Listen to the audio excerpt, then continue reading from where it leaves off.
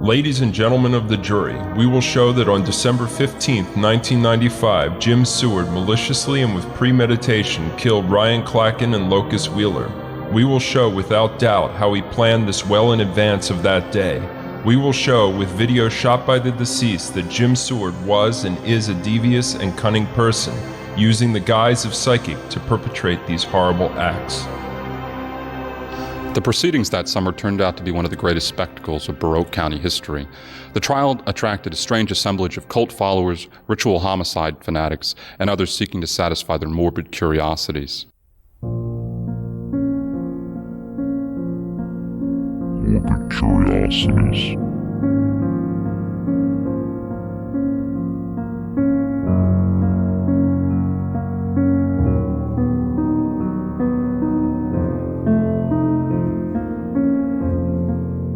Hello and welcome back to the Morbid Curiosities Podcast. We are here for episode 3. My name is Alex, I am the voice of Morbid Moonlight, and I am joined, as ever, by my good friend John. Hello. And today we're going to be looking at some found footage films. We're going to be examining the found footage phenomenon, if you will. Are you excited about that? Yes, looking forward to it. Yeah. See, the found footage phenomenon is the name of a documentary that I think was on Shudder a couple of years back, just like an examination of the found footage kind of films in general. It's an interesting little documentary. It basically kind of like sums up the basic, like the evolution of found footage and some of the sort of prehistory of it with your like Cannibal Holocaust and like Man Bites Dog and the McPherson tapes and all these examples of, because obviously you think naturally, you go, well, it started with Blair Witch, and everything that came after is essentially a copy of the Blair Witch Project. But it sort of goes in that says, well, no, there's all these historical precedents. The sort of found footage, the point of view, the found documentation, if you will, that all kind of existed and had been experimented with before. But then it was really Blair Witch where it sort of took off, and that to some extent every found footage film after the Blair Witch Project was kind of influenced by the Blair Witch Project. It's not the most informative of documentaries, I'll be absolutely honest, but it's quite good if you're sort of coming to it and you're not particularly familiar with the evolution of those films, or you don't particularly know like the full breadth of where that subgenre goes kind of thing. And it's one of the few sort of like modern phenomenons of horror, if you will, that it's really something that's developed in the last sort of couple of decades, the whole found footage thing. How long is the documentary? I think it's just like an hour and a half, hour 40 minutes. It's not like massive. I think the thing that I came away from it thinking was, if you compare it to other things like, for example, Not Quite Hollywood, the Ozploitation documentary, or like Electric Boogaloo, the story of Cannon films, or In Search of Darkness, or any of these big documentary celebrations of particular like groups of films or eras or movements, you come away from, for example, like Electric Boogaloo, the Cannon documentary, you come away from that film, you've just seen all this stuff, you've seen all these clips of films, you've seen all these people talking about it and telling all these crazy stories, and you come away from it really wanting to go and watch Cannon films. You come away from, like, Not Quite Hollywood really wanting to watch all those great Ozploitation films, and you're basically sitting there, like, making notes, oh, I've got to see this, I've got to see that, this looks amazing. But the odd thing is, I kind of came away from the found footage documentary, and I watched it when it came out, and then I went back and rewatched it a couple of days ago just to sort of gather some thoughts in my head for talking about found footage. But I didn't come away from it thinking, I really want to go out and watch all these found footage films for whatever reason. I'm not entirely sure why that is particularly, but it didn't fill me with the same desire to think, oh, I've got to see all this stuff, this all looks really great. And I think it comes down to the fact that found footage, to some extent, is a little bit of a drier kind of thing. It's something that you talk about in a slightly more clinical way. It's more about capturing particular technical aspects rather than necessarily, oh, we're making this film because we're really excited and we're really enthusiastic and passionate about it. It's almost more of a construction of an artifact rather than the creation of, this big, bubbling, enthusiastic piece of art necessarily. Yeah. But, I mean, I guess that's something that we'll sort of come back to later on as we're talking about it. Because obviously, with the podcast, for those of you who are not familiar, basically what we do is we're each going to be talking about 3 films around a subject, which in this case obviously is found footage. So we've each gone off, we've watched our found footage films, and then we're going to be coming back and getting into a general discussion on the last broadcast which is a film that neither of us seen before, but it's always been one of those ones, I don't know about you, but it's been in the back of my head as here's this interesting piece of like found footage history, if you will. Yeah, I mean, I wasn't aware of it until you told me about it, to be honest, so I didn't even know it existed. Yeah, I mean, it's a very famous, obviously, again, we'll get into this more near the time, but it's almost a very famous historical footnote, if you will. Like, it's inexorably linked with the Blair Witch Project, in that it's the film that came out just prior to that film, but that sort of got overshadowed by it in a lot of ways. So it's always been in the back of my head as here's this film that's out there, that's doing a lot of these things, that's just never quite had the moment in the sun that, you know, Blair Witch Project did. Obviously, with Blair Witch being pretty much one of the most financially successful films ever made based on budget versus box office. But I've always been interested to watch the last broadcast, but I've never made the time to sit down and watch it until now. And obviously, with the podcast, that's always a good excuse to sit down and to watch something in a way that allows you to think about it and to discuss it. And I think the good thing about the format that we've got right now is, and obviously it's still quite loose and it's still early in the podcast's life that we can experiment with all sorts of different things and try new stuff if we need to. But us each basically being given a theme and then going off and then thinking, right, which 3 found footage films am I going to watch? Which 3 found footage films interest me and speak to me and I'm interested in looking at? Shows how found footage means different things to different people. We're both attracted to completely different things. There's both different things that we look for from a particular subgenre of films that are entirely different. And yet we're both looking at films that are doing, you know, essentially similar things. And I think, like, looking at what that means to us personally is sort of quite interesting, because obviously it's like different perspectives, rather than us just watching all of the same films and then thinking like, well, here's a list of 4 films that we've both watched, but I kind of don't really want to watch 2 of them. Like, we found out last time, our last podcast, we were talking about werewolf films, and obviously our big fuck-up was the main feature was Brotherhood of the Wolf, which wasn't a werewolf film. But we ultimately both went away and watched 3, like, werewolf films each, and we both ended up enjoying the werewolf films that we picked out for ourselves more than we did the film that we both looked at.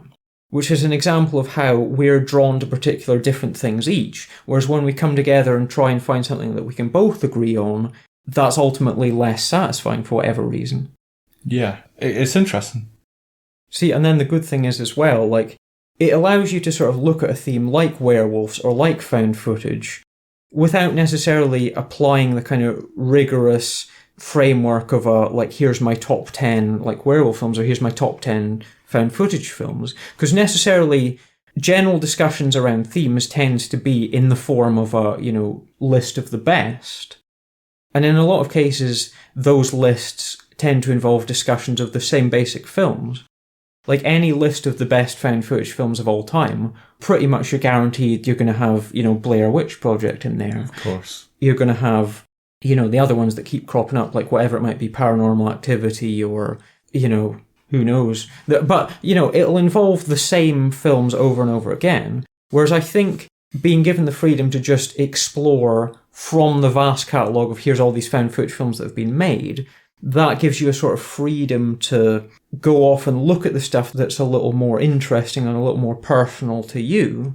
Like, I kind of pride myself on the fact that I like kind of looking at and examining the stuff that's kind of under the surface that's not necessarily the same stuff that everybody else is looking at. Is it fair to say that there's perhaps less of a back catalogue with found footage than there is, like, say, with what we did with werewolves kind of thing? Or there's maybe been more found footage films because they're cheaper to produce, they're less expensive to produce, because the whole camcorder thing, obviously, you weren't really doing that in the 1970s. So, do you know, there's an interesting, I've never heard anybody bring this up, and I've never seen it in any of these documentaries or things, but there's one that I can think of. There's an anthology film from the late 70s called House of the Dead that was, I think, re-released as The Alien Zone. And it's an anthology film, and it's got a segment in it which is a guy talking directly to the camera. And it's basically like, I think he's a serial killer, and he's basically talking to the camera and saying, hey, I'm going to have this woman round, I'm going to do all this stuff to her. And then it's filmed from a fixed camera point of view of this guy in his room, and we see him bringing this woman back and like murdering her. And I remember when I watched it thinking like, wow, this is like 1978, and this kind of, to some extent, is an early like found footage. Like, it is told from the fixed camera, it is him talking directly to us, it is, here's this found, element. And I thought that was quite interesting, and it's not something I've ever really seen anybody pick up on. But definitely found footage is essentially a 21st century thing. It's a modern phenomenon. And like you said, there isn't necessarily the back catalogue in terms of it stretching back decades and having a rich history, but the flip side of that is there is a huge burst of all these films that have come out because it is so cheap to make. And I think the difficulty is that the films are incredibly cheap to make, and they tend to attract people with no budget, and you kind of end up with a lot of shit, to be honest. Like, there isn't necessarily that barrier of you need to finance it to get it to look a certain degree of professionalism. So you can end up with quite a lot of dross. Not necessarily saying that money and professionalism equals quality, because there's a lot of good zero-budget found footage films, and there's an argument that the best found footage films are the ones that genuinely come from an indie place of having no money. But I just think the danger is that a certain type of filmmaker can be attracted to found footage's lack of obvious barriers to, well, we need to get this much money, or we need to have this degree of, technology invested in the film. Like the idea that you can theoretically make a found footage film on your iPhone or on a phone, it's like, well, yeah, technically you can, but that doesn't necessarily mean that you should. Like, you've got to have a very specific script, and you've got to absolutely know what you're doing if you're then going to say, well, here's a film that's shot on a phone. Like, it's not just like, well, I can just make any old shit and just film it on a phone and say, oh, it's a found footage, like slasher film, for example. You've got to really think about what you're doing and intellectually have a reason for why you're making a film in that way. And that's often the kind of cart before the horse's dilemma that a lot of these films fall into, is, should this be found footage, and am I thinking about this as a found footage film, or am I just going, this is a way that I can make my film without spending any money on it? And I think that's one of the things you come up against with good versus bad found footage films. I agree, yeah. I mean, as you say, the barrier for entry is much lower, which can create problems. But yeah, so we'll be talking about our found footage thoughts on that in general, whether we like found footage, whether it's something that we find appealing or not, I guess. Were you excited to do this? Were you more excited about the prospect of found footage versus, say, The Werewolf Show? I would say so, yes. Because I think, just in general, it seems to be something that you've been like drawn to found footage quite a bit in the past. That's true, yeah. I think for me it's the sort of realism, the believability of it. I struggle sometimes with special effects, and if there's too much of it, and you don't tend to see it as much in these kinds of films. So, and to contrast with you, I think in your case, you'd be less sort of drawn to these films, is that right?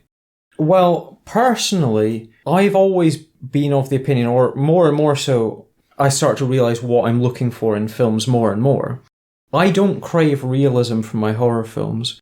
And as much as found footage is a subgenre of films that does get a lot of hate, like, it's very much a kind of, you love it or you hate it. Like, there's a lot of people that simply will not watch found footage films whatsoever. And to some extent, I think I can see why people would object to it. It's similar to people who say, I can't watch low-budget films. I can't watch old films. It's a similar level of just blind bigotry, basically, that I can kind of understand to some extent, because just the superficial, easily kind of parodyable aspects of the found footage are things that are very difficult to think, yeah, I want to watch a film that's just a bunch of screaming idiots filming themselves with no like music or traditional filmmaking technique that you can identify. I want the shaky cam, I want the bad acting, I want the people just improvising all their dialogue. I want people running about in the woods, It's easy to see why that's would not be appealing to somebody that just watches a diet of very traditional films. Like, it takes a certain degree of adjustment.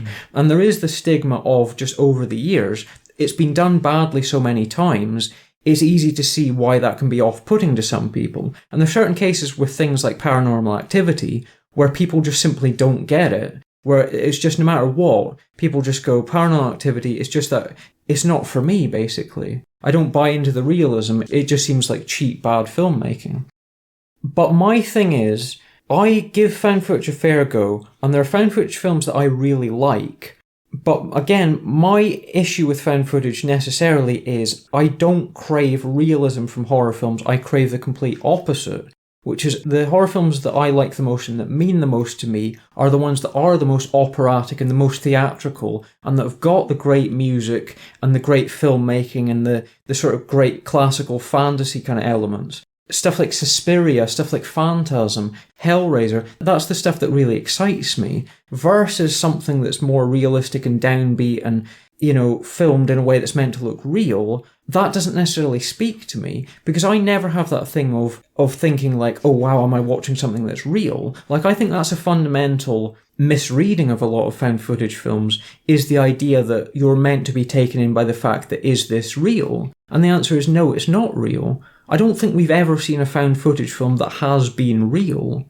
No, not that I'm aware of, but I mean, the marketing of these films does, the Blair Witch Project had it's used as an example in terms of its publicity and stuff, but it got people to buy into it, and I feel as though that sense of buying into it adds to the sort of horror. But the points that you make are also valid in the sense that, well, this just looks amateurish kind of thing. It's sort of, or if it's like low production values, etc. It's not necessarily the amateurishness that I think is off-putting. It's just the, let's try and make this real. Like, the realism of a found footage film doesn't necessarily speak to me in a way that's given me what I want. Although there are, of course, tons of examples of films that do have a very realistic approach that I do like. And there are found footage films that I do really, really like. But it's that thing of saying, like, the Blair Witch Project worked better in 1999 because people weren't sure if it was real or not. It was more effective to people back in those days because there wasn't the ability to go online and say, is this real or is it a film? Yes. And my reading of that is, that's complete nonsense. I don't buy into that at all. I came to the Blair Witch Project in, I don't know, maybe, I think about 2013 or 14, like basically like 10 plus years ago, like a good decade plus after it had come out. And I watched it knowing it wasn't real, not having any element of doubt that I'm sitting down watching a film. Of course I am. Not having any confusion about, is this one thing or is it another, or buying into the marketing or any of this bullshit. Because I happen to think marketing, the idea that marketing can do anything but hurt the possible financial future of a film, is nonsense. I think marketing is completely irrelevant to the finished product. And I went into it knowing there was no element of realism to it whatsoever, and it scared me. It was probably the last film I watched that really legitimately got under my skin and creeped me out as an adult. And that was watching it, knowing all this, coming to it all these years later, and it still works because it's a really well-made film. And it's not about, do I buy into the realism of it, because it's still essentially creating its own world in the way that any like horror film does. But it's just, it does it in a really effective way. And it's about the minimalism and not showing you things and presenting a version of this world that's very believable in the same way that any film that's crafting its own particular reality, like something like Taxi Driver, for example. Taxi Driver creates a world that feels very real and authentic and physical, but it's not asking you to say, well, this might be a documentary, this might really have happened. I think it's still about just creating a world that feels believable rather than necessarily thinking, am I watching something that's real? I mean, the first time I watched Blair Witch Project, I did watch it with somebody else, and that's the first thing that they said once the film had finished, to the point where they went out and checked online, which, as you say, you wouldn't have been able to do as easily in 1999 when it came out. And they asked, is it real, kind of thing.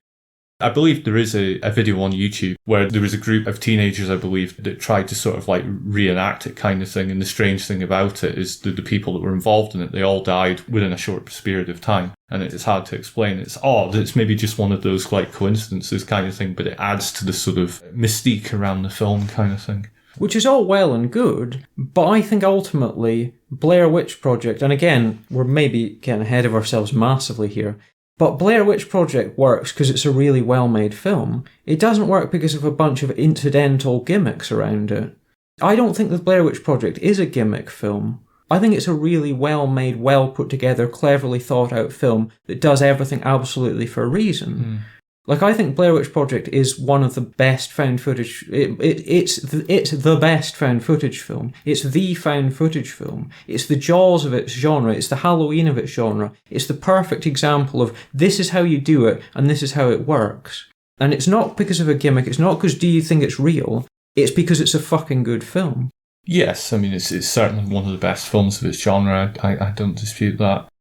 And again, the really interesting thing is, I've only ever seen it once, and I really don't have an urge to go back and rewatch it, which is unusual. Yeah, I mean, I think there's some merit to that. I mean, I've seen it. How many times have I seen it? I think I've seen it 3 times at this point. So yeah, I mean, as is the case with a lot of films, it doesn't have the same impact upon you. But yeah, it's certainly true that perhaps the more you watch it, the more you can sort of like pick holes in it. But I think it's a very well made film, as you do. I mean, the thing is with Blair Witch Project, and I won't say too much more on it because that's not one of the films we're speaking about as such, but I think one of the reasons why it works is for what it doesn't say and what it leaves you to interpret yourself. Yeah, and that's where the minimalism or quote-unquote realism of it works to its advantage, in that it doesn't get to a point where it goes, right, here's the Blair Witch boo jumping out at you. It leaves it shadowing in your mind and lets things play out. And it doesn't get to a point where it goes, okay, here's the bit where it's obviously just a film. But whilst still obviously being a film, like, it still made all this and created all this in a way that's clever and works. But it's just specifically kept certain things out to keep this air of mystery and to build a sense of not knowing what's out there. And again, that's the case where essentially it revolves around what you don't see is scarier than what you see, which is one of the key things about why I think that film works so well. I mean, don't underestimate the importance, I'm sure you'd agree, of sound in a horror film. It's incredibly important. So. Yeah, all those aspects are massively important. It's just different strokes for different folks. And found footage is the domain of, let's try and make it look as realistic as possible, essentially. Whatever your approach is, whatever type of film you're doing, it's let's try and shoot it in a way that goes in the face of the traditional way you present certain things. So it becomes about the news footage. It becomes about seeing things through the eye of the reporter's camera or I've just got my phone on and I filmed something that's there. It's about borrowing that language rather than using the traditional language of film. Absolutely. As long as you understand what you're doing and you're not just lazily thinking, well, let's make this found footage. Like, there's a lot of talk I think it was about the sort of after 2010, but like 2010 to 2015, there was a lot of talk about specifically doing a Friday the 13th film and making it found footage. Or let's make a film from this franchise, but do it found footage. And there's suddenly this idea of like, it's a gimmick that you could just apply to something that existed. And that would in some way, yeah, the kids like found footage, let's do this, and then that'll appeal to them. And it's the idea that suddenly you could just make a found footage film out of something else, rather than thinking like, this is a story that only works found footage. Which I think is something that you really need to understand when you're making one of those films. And I think in a lot of cases, you don't necessarily get that, and it's just people playing about with a gimmick. I think it's potentially the most gimmicky of subgenres.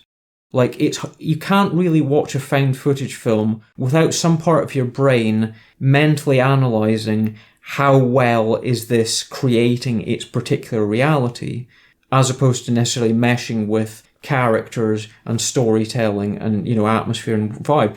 There's part of your brain is always analysing what's being presented to you, if that makes sense. It does, yeah. I see what you're saying. There's a sense of construction to it that's not necessarily there if you're watching a traditionally filmed film, that you're always sort of mentally thinking, does this break the wall of found footage kind of thing? Is this fucking with the rules? Should there be music on this scene? Is it alright to just glitch out and then cut back to this other scene here? How is this being stitched together? So, in a sense, your brain's always operating on at least 2 different levels when you're watching a found footage film, which I think is quite interesting. And then you always mentally have why are they still filming? Why haven't they put the cameras down and run away? And then that always becomes a question that's almost always in the back of your head when you're watching a particular, like, point of view, camcorder kind of found footage type film, is why are they still filming? Why haven't they put the cameras down? And you always have to ask yourself those questions and sort of justify it in your own head. Yeah, you do. But yeah, so that's some general thoughts on found footage to be getting on with for the moment. Are you wanting to blast into first film, perhaps? Yeah, certainly. Have you tried maybe calling 911, see if somebody else can get there? I tried. Okay, well, I mean, what about police, fire department? I couldn't get through. Okay, it just seems a little...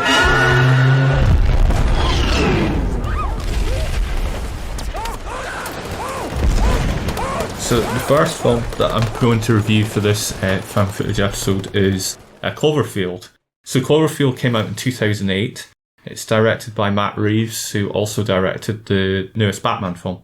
And it does share a similarity in the sense that visually the film looks quite good. But touching upon what you just said then about there's the mix with like the point of view kind of thing and the actual like classic sort of like camcorder style of Blair Witch Project. In the case of this one, it is more camcorder. It's told from the view of the brother of one of the main central characters in the film, or the main central character. And it's his brother that goes around filming, even to the point as the film starts, he's at a party with his brother. And he's filming everything.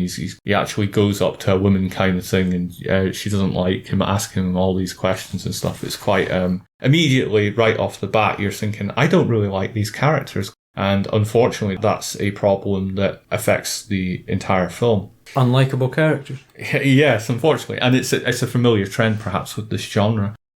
I mean, you could argue Cloverfield does contain at least two or three scenes in it that you classify as horror. But perhaps you would look at this film as more of a disaster film. I mean, essentially what happens is they're at this party in New York City, and then a series of events happens. The news reports that it's some kind of tanker being spilled or something like that, and what emerges is, well, that was false, and something else is at play and responsible for the events that unfold. It did actually remind me, and it's not just because it's New York City, but while I was watching it, I was actually thinking of September the 11th kind of thing. It's sort of had that vibe to it that you were watching a disaster unfold right in front of your eyes. September the 11th, of course, being something that unfolded on live news telecasts and stuff, but what has later happened is there's various footage on YouTube that you can see of people that filmed it. So it felt like the horrors of that kind of thing. So going back to what we're saying, yeah, you could say it's like a disaster film, really. But it fell flat for me ultimately. I mean, the monster, well, yeah, there's a monster in the film. But the monster in the film, when you do actually get to see it, the CGI is not actually too bad. But as I've discussed with you before, CGI isn't really something that I really like in films, generally speaking. I mean, it's kind of like middle of the road in this film. It's not too bad. But not necessarily something I would care to watch again either. It's very bleak. And it obviously does take some inspiration from Blair Witch, I think, as well. There's a cast of characters, probably about 3 or 4. So the main relationship in the film is between the two brothers, really, kind of thing. But it's not really explored in very much depth at all in terms of what's actually going on. I mean, at one point in the film, which is absolutely ridiculous, they're underground and the army's about, and then the brothers just filming the army and stuff. And eventually they do, like, say, stop filming this kind of stuff. But why are they just allowing them to keep filming? All this kind of other stuff is happening around them. So, yeah, it's... initially, I thought that this had something to do with J.J. Abrams, and I think he's a producer on it, but he's not the director. But, as I say, I came out of this film and thought, I didn't really like it very much, to be honest. Even if it is recognised as one of the main found footage films, it left me feeling cold.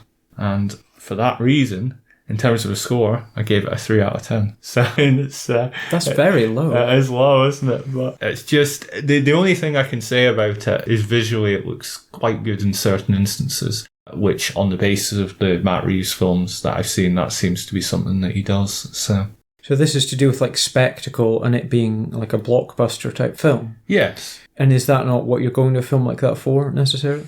Yeah, that's fair. I just think in terms of the story, it's very weak. And I suppose you could say that's something that's a feature of the genre. Well, so I haven't seen Cloverfield. I think what's interesting here, and this is something that they touch upon in the found footage phenomenon in the documentary, is that Cloverfield, I believe, off the top of my head, without having any evidence to back this up whatsoever, is the biggest budgeted found footage film ever made. It's the point at which the huge big studios looked at stuff like Paranormal Activity and all these found footage films that were coming along and doing well for themselves.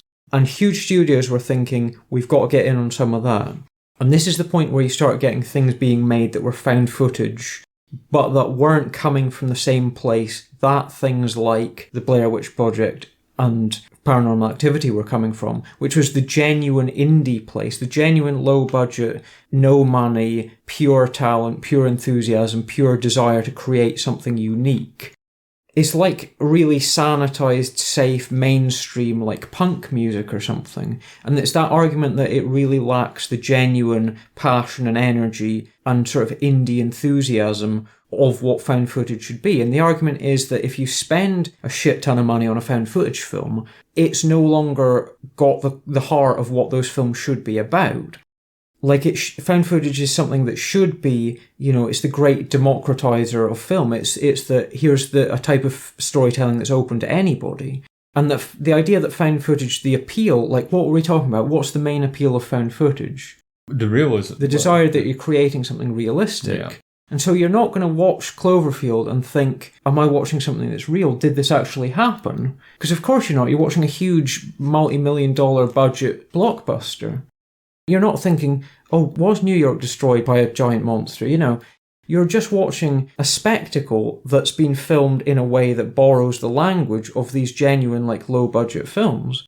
And so it's the idea of mainstreaming and pumping a shit ton of money into something like that because that's what's popular. So in a sense, Cloverfield, and again, I haven't seen it, I don't know how good it is necessarily, but it's the idea that this is the huge mainstream product that gets pumped out of, here's something that's genuinely exciting, here's something that's genuinely independent and underground, and that's a sort of, it's filmmaking for, the disenfranchised people that haven't gone to film school and don't have a fuck ton of money and don't have big studios behind them.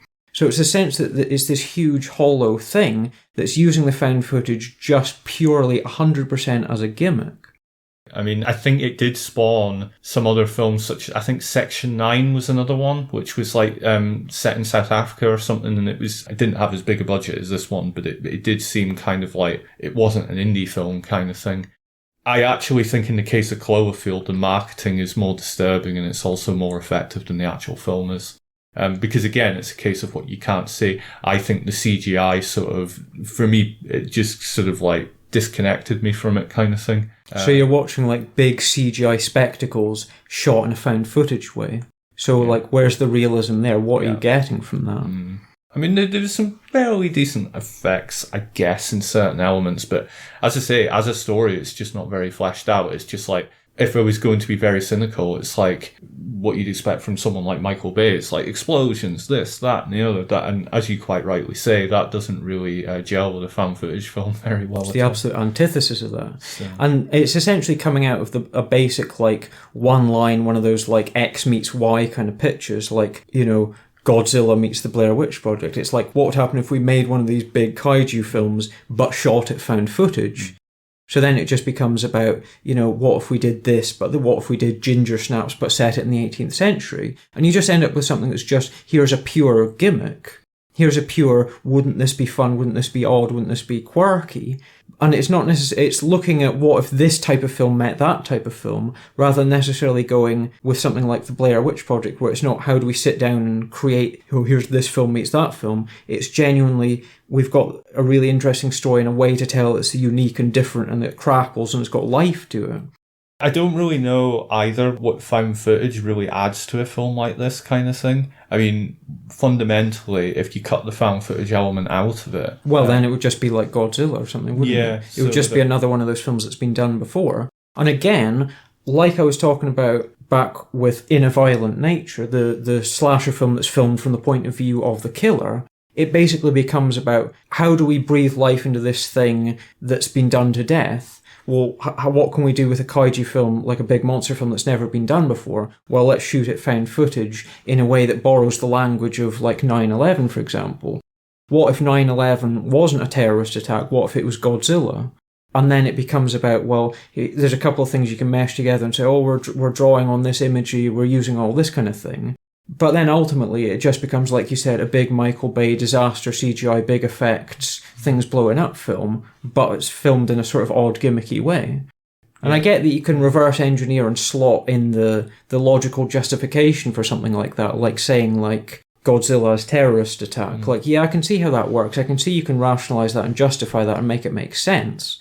And then, again, going back to the documentary, there's an argument that 9/11, more than the Blair Witch Project, was the thing that really created a lot of found footage. It was the idea of seeing all these things on the news and the sort of sense of framing things in a non-traditional, non-dramatic way. It's like the idea of, here's the Twin Towers blowing up in the background, here's a shaky, like you can sort of see what's coming on, and it conveys the terror of being in that situation without necessarily filming it in the traditional way you'd expect.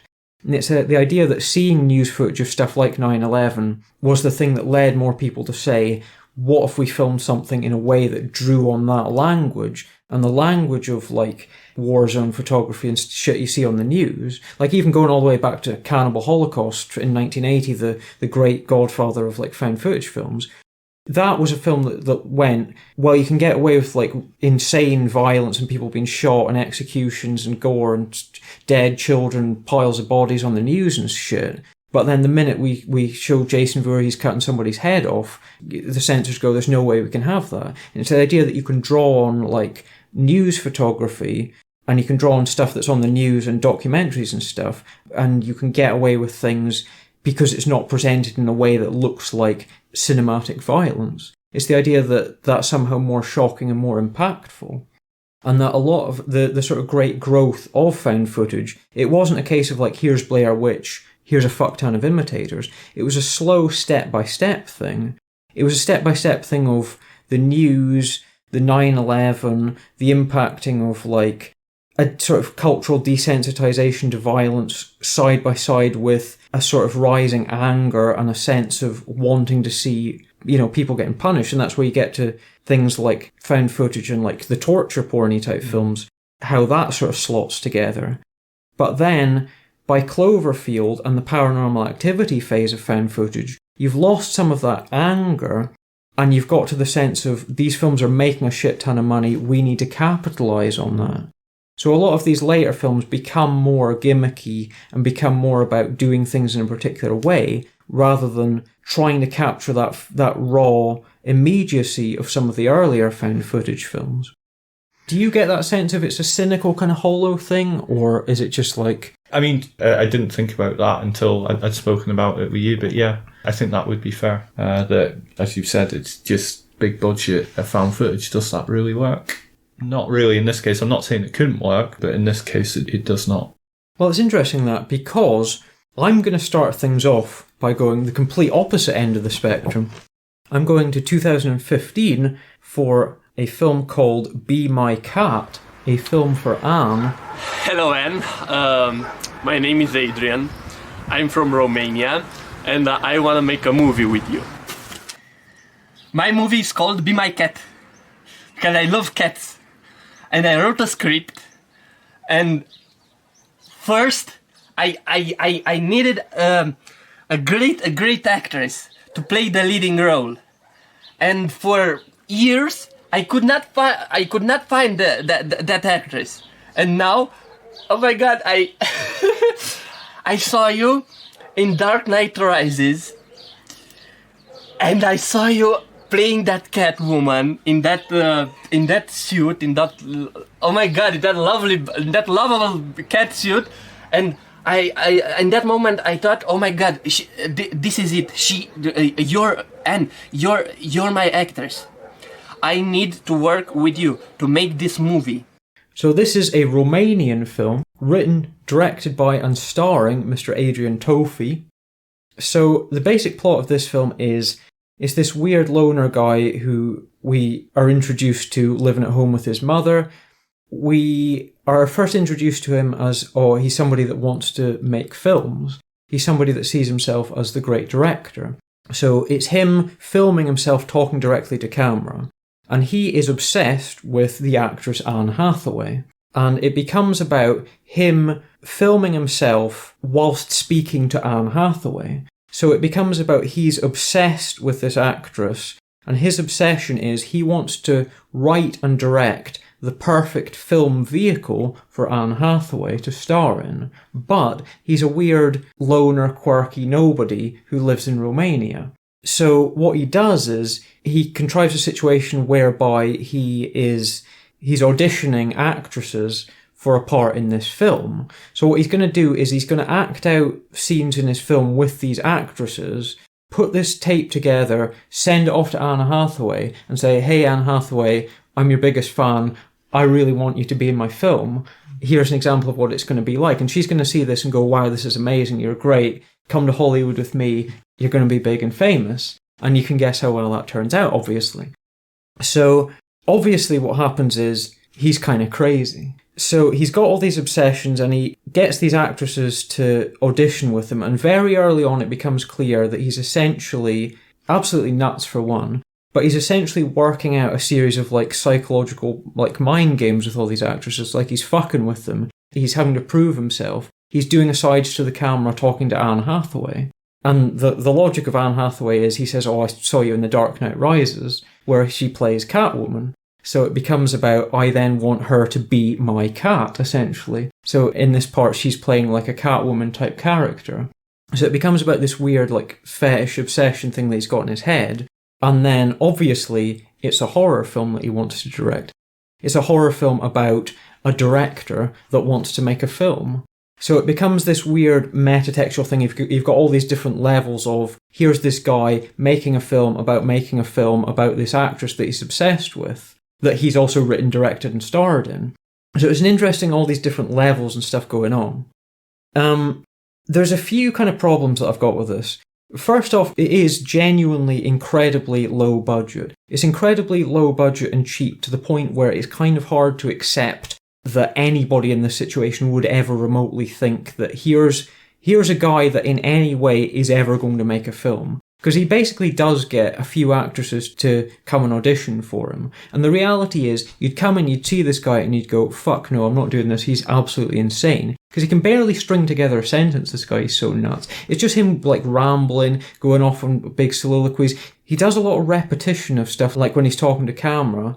And it's just him essentially like rambling and coming out with the same thing over and over again. And I have to be honest, I don't think he's the greatest actor in the world. Like, he's playing a crazy character, and there's a degree where you're meant to think, like, Jesus, this guy's fucking nuts. And you do kind of think that. But it's also slightly embarrassing because he's not the best actor in the world. So to some extent where he's rambling over and over and coming out with the same thing and doing, like, weird high-pitched laughter, it's meant to be, here's this socially awkward weirdo. But there's also an element of he's just a bit of a crap actor. He's not particularly threatening or sinister, he's just a really odd weirdo. And the fact that he gets any of these women to hang about with him for any length of time does seem a little bit off. It seems a little bit hard to believe. It's got certain elements of there's a lot of low budget, like kind of fake, snuffy kind of films out there. The sort of more extreme end of things, which is basically stuff like The Hornet's Sting and the Hell It Caused, the Dustin Mills film, which is basically like point of view, like a guy filming women, like tying them up and torturing them. There's a lot of films like that that do the kind of faux snuff kind of thing, that use a sort of found footagey language to make it more immediate and more visceral kind of thing. And there's a slight element of, there's a sort of tied up and tortured sort of sequences in it. But it's also notable in the fact that I don't think there's really any like effects in it at all. Like, it's very much just this guy in his house, in rooms, wandering about on the streets of this sort of really odd, cold, icy, Romanian sort of little village. It's not a village, it's like a town. But it's really sort of barren and empty and out in the middle of nowhere. And it feels very almost kind of like bleak and post-apocalyptic and sort of empty. And there's a lot of scenes of him terrorising these women that he's got, essentially. And there aren't any like big gore effects. It's not, he tortures them and he kills them. But there is one particular set piece that I think is fairly effective, where it's the Blair Witch Project thing of it's what you don't see. So it becomes about him doing something horrible to a woman while she's behind a sheet. So you see her reaction, but you don't see what he's actually doing to her.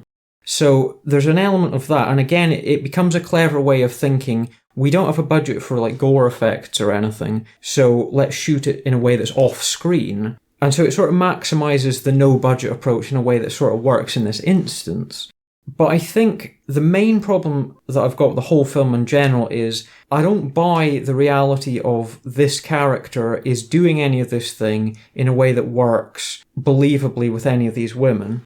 I know he's meant to be a no-budget, helpless, hopeless weirdo, but I even have trouble believing that, to be honest. And the thing is, traditionally what you could do with a film like this, if you compare it to something like Joker, for example, is you can do the subjective reality thing. You can say he's got these fantasies of making a film, of being this great director, and he gets these women to come along with him, but then you can say, well, is it all in his head? Is he hallucinating certain aspects of that? And with the found footage, you can't really do that. There's no sense where you can have the unreliable narrator in a found footage film. So you don't have that aspect of here's a character study of this guy that's completely fucked in the head that can then go off in odd flights of fantasy. And I think if you did something like that, it might have worked more to your advantage. And so it is one of those films that's coming from a genuine kind of no-budget place. It is a film that's made, obviously, for no money. And I think one of the interesting things as well is it's a Romanian film, but it's all shot English language. And that's one of those things where you think, well, that's unusual. And again, going back to like Brotherhood of the Wolf that we were talking about last time, where it becomes, we need to shoot it English language to reach a bigger audience. Like if it was subtitled, less people would watch it ultimately. But then the justification for that is, well, what's the whole format of the film? It's a film for Anne. It's a film for Anne Hathaway. So it's him speaking directly to Anne Hathaway, which justifies the fact that it's all shot English language. So you say, okay, I get that, that works. And there's bits in it where the actresses are speaking to him in like the Romanian language. And then he says, I'll speak English, because he's saying, like, Anne Hathaway needs to hear that. So I kind of like the idea. It's sort of odd and quirky. The approach could be a lot better. I don't think he's particularly that great. There's a lot of stuff in it, like, if you look about with him saying, I specifically shot everything first take to get that sense of naturalism. I specifically didn't go back and do retakes. I shot everything. There's a lot of long takes in it. There's a lot of single takes of him just riffing and coming out with stuff that, to be honest, could maybe do with pruning or could maybe have done with a second take in certain instances. But it feels very rough around the edges, and it's very much the genuine no-budget product of what you get with the found footage. But the thing is, I think this is one of those films you can look at and say, yeah, this is an example of what I don't like about found footage. This is an example of it feels like somebody dressing up the fact I've got no budget with a kind of basic gimmick, which is the whole, a film for Anne Hathaway kind of thing. So I think as a portrait of this loner character that's obsessed and weird, it's not, apart from that one sequence that I was speaking about earlier, like where we see things happening behind a screen, it's not particularly extreme or gory or visceral or savage or intense or fucked up. And I think this film could have been harder. I think it could have been more brutal. I think if there'd been a more charismatic or interesting actor in the lead, I could have maybe bought into it a bit more. If it had been a character that I genuinely thought was interesting, as opposed to somebody that just seems a little bit pathetic, who's not a great actor, I think that's the big thing that lets it down. And when you've basically got one guy that's responsible for every single aspect of that film, you kind of know who to blame. But it feels like at some point, I think he should have gone, I'm going to get somebody else to star in this. And I know it's a case of like saying, I imagine there wasn't a script for large parts of it. I imagine a lot of it was improvised. It's definitely got that feel. Like it's very light on plot, and a lot of it's just his interactions with these women in specific scenarios and specific mind games and specific little psychological things. But it's not particularly interesting. It doesn't do anything that I haven't seen films like this do tons of times before. So ultimately, it just feels like a coat of paint on a kind of cheap, weird loner becomes obsessed with object of his affections kind of film. We've seen that done a lot, and I don't think this really adds much to it. And obviously, it's a zero-budget little passion project, and you shouldn't be saying, no, it's shit, it's useless, it's rubbish, try again. It's very, very, very rough around the edges, and it's not particularly... What this film should be is a psychological portrait of a really interesting, odd, tragic, fucked up weirdo. And I think in doing that, it's pretty basic, and it's not particularly interesting. Like, I don't particularly enjoy spending time with this character. And I think a lot of the things, like he's got this weird high-pitched laugh he does a lot of the time, and it's not a weird, quirky affectation. It just feels like a bad actor with an obvious false mannerism to me. It feels like I'm going to do this thing mechanically in the same way that I've decided mentally in my head I'm going to say this line 3 times to make it sound more realistic. So there's stuttering and repetition, but it feels very much like a bad actor deciding to do this rather than him realistically coming out with what this character would say in this situation. It feels like in trying to be as realistic as possible, it's almost made it feel more mechanical. I'm probably going to say a 3.5 out of 10. It just kind of fails at what it's trying to do ultimately. And I can respect that for its resources it's doing reasonably well. I just think, and again, it doesn't come down to the resources. Good acting really shouldn't cost money. A good script shouldn't really cost money. If you're a nobody, there's millions of nobodies out there with great scripts in their head. There's millions of nobodies out there that could believably play good parts. And everybody's got to start somewhere. And there's no reason why this odd, no-budget weirdo from Romania couldn't have a great script in his head, couldn't be a great actor. But it just so happens that it's just a little bit wanting, really. And I think the thing you can do in cases like that is you do get certain low-budget films of the sort of low-budget grungy variety that specifically say, well, we don't have any money, we don't have professional actors, what we'll do to make ourselves stand out is to be deliberately very fucked up and very extreme, and to put that stuff in your film as a way to get, like, the gore hounds in, to get the extreme audience in. And I think if it had been a little bit more fucked up and extreme and intense, this film, it might have got more buzz, it might have had more to offer you if it did genuinely have some like extreme scenes that are done effectively, as opposed to it slightly, and I don't know if it's maybe even a Romanian censorship thing or that, but it feels a little bit like it pulls back from some of the more extreme kind of, because if you think of like Sexual Obsession and this guy capturing these women and doing kind of fucked up things to them, and it's not necessarily that film, it's not the guy gets women, tortures them, ties them up film.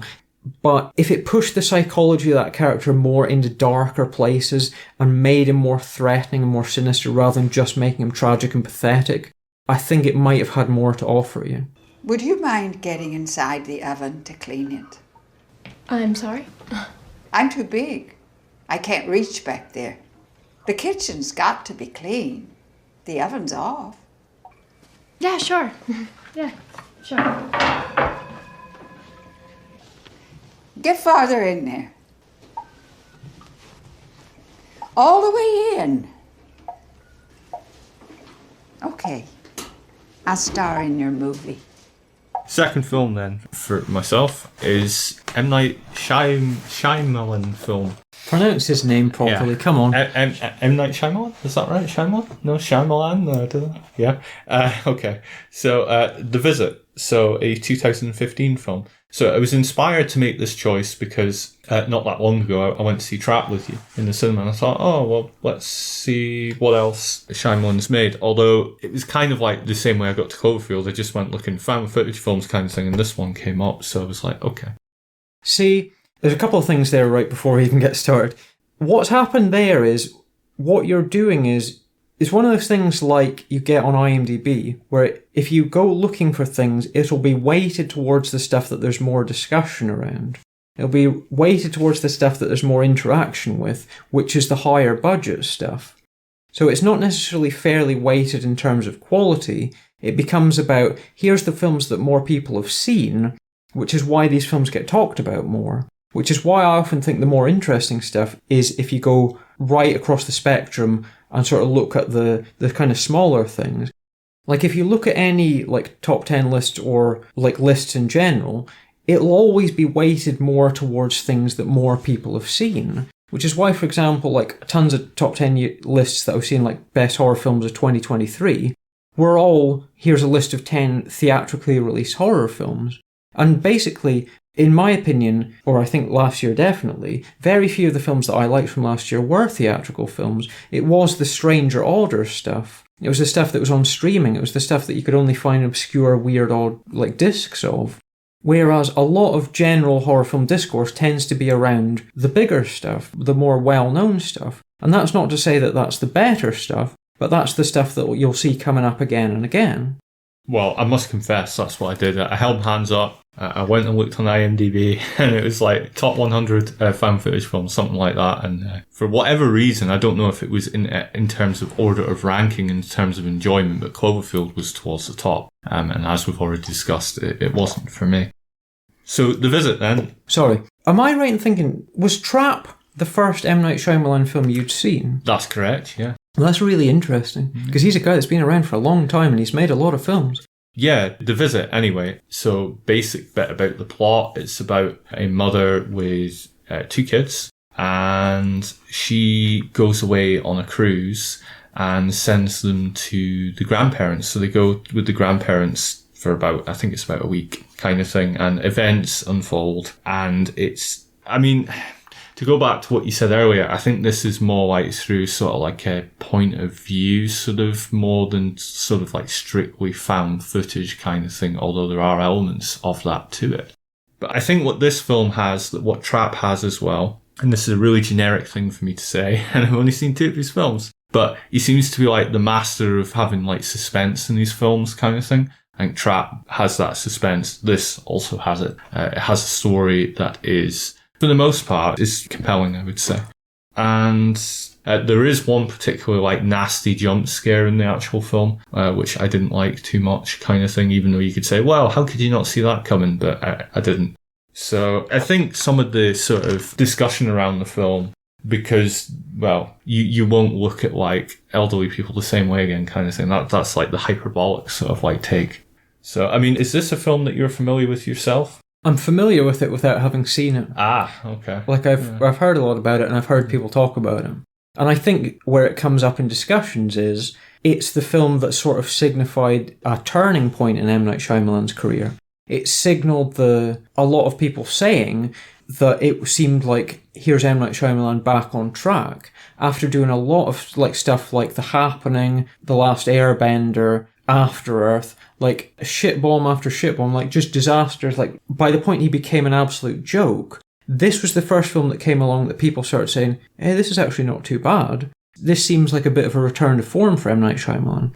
Because he's a director that's had a really crazy career, from starting off with The Sixth Sense, and people saying, here's the new Steven Spielberg, here's this amazing new director, and then Unbreakable and stuff, a load of people like that, a lot of people consider that to be his best film.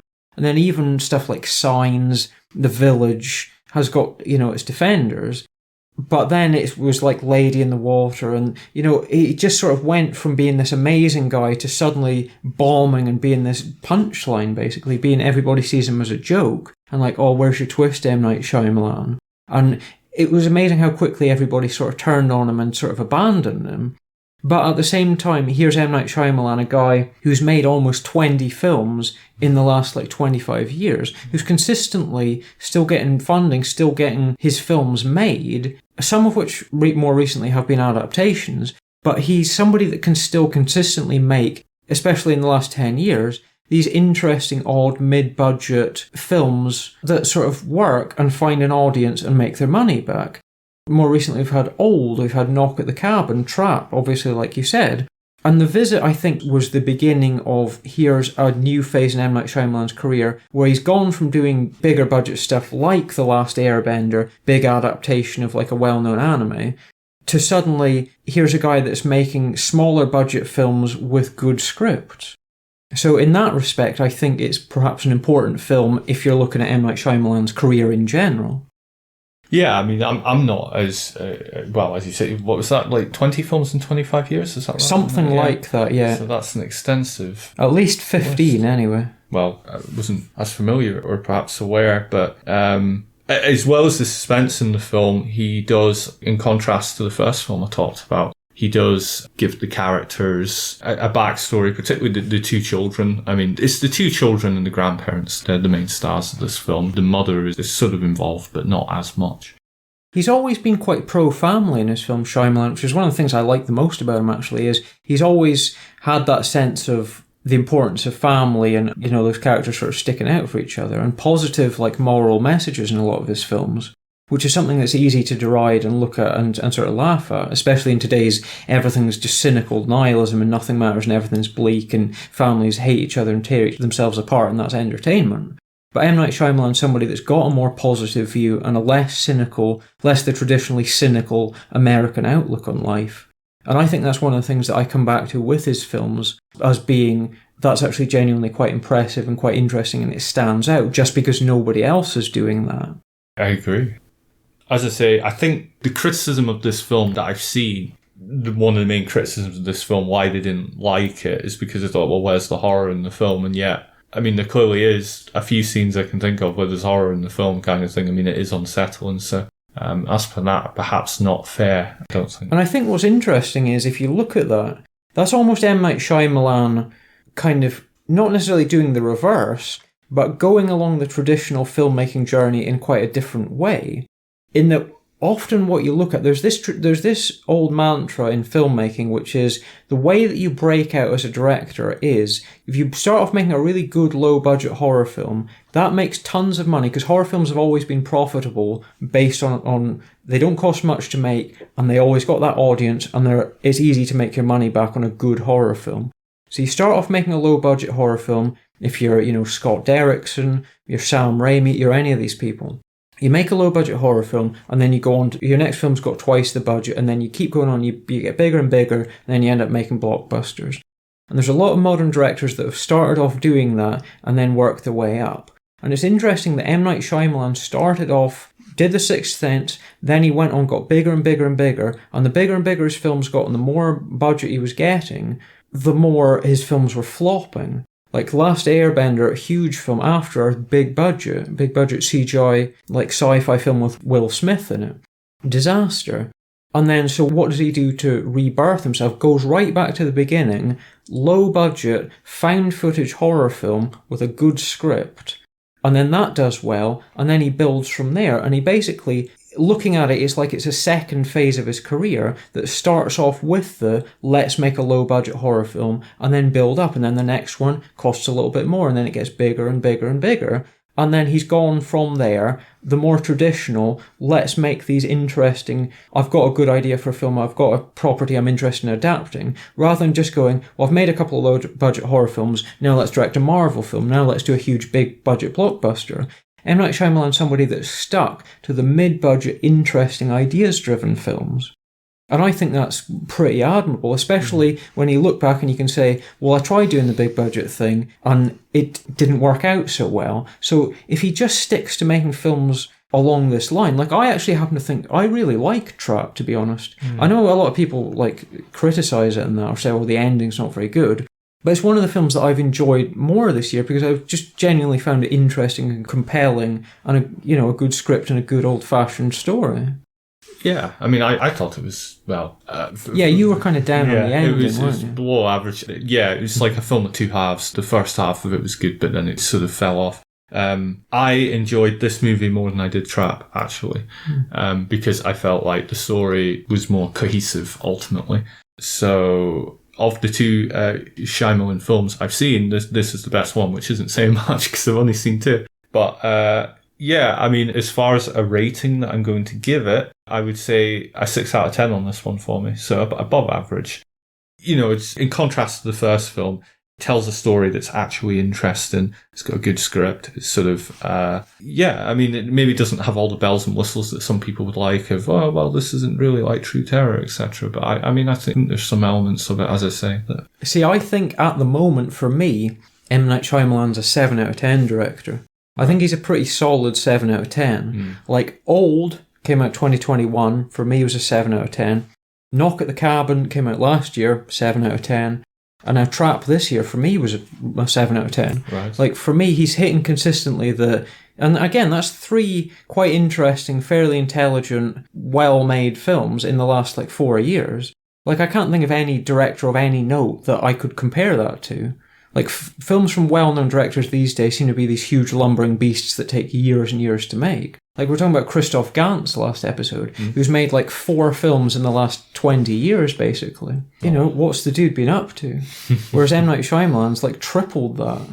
And again, I haven't seen a Christoph Gans film I really like, to be honest. Whereas M. Night Shyamalan, I think, is consistently hitting that was pretty good, consistently. And again, it's not like a ringing endorsement of him as a director, but I will see an M. Night Shyamalan film and think, without necessarily thinking I must watch the new M. Night Shyamalan film, I think he's somebody who consistently hits the, that was pretty decent. I mean, I think going back to what you said earlier, unfortunately, he's developed a reputation of, well, where's the twist? Where's there's people looking for certain things? And he's become a bit of a joke, and I think somewhat unfairly, to be honest. Like, I haven't seen all of his films. I actually haven't seen, a lot of the ones I haven't seen are in the supposed lull period of his career. But the ones I've seen, I liked. I mean, do you think the internet in part is responsible for that in the sense that an opinion is formed about somebody and then whether it's true or not, it's sort of like snowballs kind of thing? I definitely think he's somebody that's pilloried, versus somebody that I think might arguably be more fairly criticised would be like Eli Roth, for example. Like Eli Roth's films, I think, are much more obviously things that you could take against. I think his track record is a lot poorer. I think his films feature things in them that are more objectionable than a lot of what M. Night Shyamalan puts in his films. And he's in the kind of Last Airbender, After Earth stage of his career with like Borderlands and stuff, he's just kind of churning out rubbish, or like the Death Wish film, however long ago that was, or the House with the Clock in its Walls, just these big, cynical, empty, could be anybody directing them films. Versus he isn't making the genuinely, that was quite good, quite interesting, here's a film that could only come from Eli Roth sort of films. Yeah, I mean, there's, as in the case with Trap as well, he seems to have a certain style to his films where if there is violence in the film, it will not go beyond a certain level kind of thing. That seems to be something that he does, or at least I've seen that in both the films. So not that I have a problem. And I think arguably that could be a case of his films have a certain budget. Like, he's not making I'm a huge auteur director, M. Night Shyamalan, I command millions of dollars and I get huge stars in my film. Like with Josh Hartnett to me is somebody who's a character actor rather than here's a huge star that you pay millions to. Here's somebody you get who's an interesting actor that can do these character parts, who can be really interesting as that character. Like, I think that was a really fun, interesting, a very charismatic performance. I agree. Rather than just let's get a huge star and it opens big. And I think the fact that his films have a certain rating rather than going for the violence more means that you're going to get a better chance of getting that budget back. Because I don't necessarily think M. Night Shyamalan is somebody that's going to go for really bleak, savage, dark, gritty violence in his films. Because he is more optimistic, he is less cynical, he is more about, especially in the early phase of his career, a lot of it was myths and fairy tales and morality tales and stories about families and love and things that is easy to sneer at and it's easy to criticise. But, he was somebody that had more optimism and more of a sort of interesting fairy tale sense to a lot of his films. But I think, again, if you want to just look at it cynically in a cold light of day, you can say, well, if I don't put too much violence in my films and it gets a lower rating, I'm going to make horror films that teenagers can go and see. I'm going to make this film that teenagers are going to want to go and see that's going to get a better chance to make his budget back. And the fact that he keeps getting the chance to make these films of a reasonable budget, and the fact he keeps turning them in under a certain level of violence, means that he is getting the money back from them. So he is like a safe investment. He is somebody that can do well. And the fact that we're getting this renaissance of here's these interesting, Shyamalan films coming out, I think shows that he's doing something right. It wasn't so much conspiracy theories themselves as it was the people who believe in them that attracted me. It really is a fascinating societal phenomenon. And it's one that we have to try to understand in order to dispel it. We made a mistake. We made a huge mistake. That's the genius of these rulers, that they've created this society that's conditioned to deny what's right in front of its eyes. Which is what? We're slaves.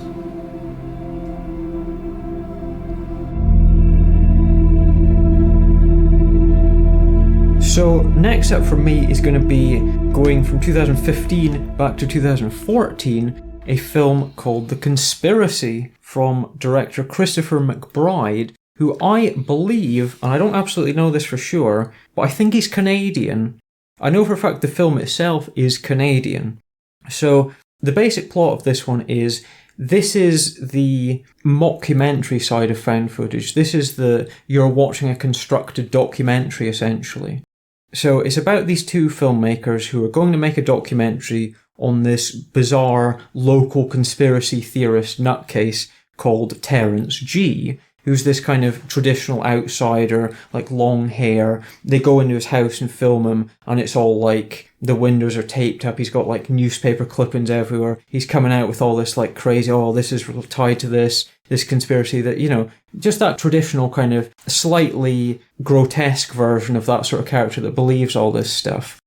And so they're following him, they're interviewing him, they're making a documentary about this guy, and we're seeing it. We see the kind of the cut together finished product. There's music over it, there's editing, it's got a good pace, it looks good. It's not just your shaky cam, like low budget nonsense. It looks professional, it looks well cut together, it looks convincingly like a documentary that would be made in 2014 about this guy that believes in conspiracy theories.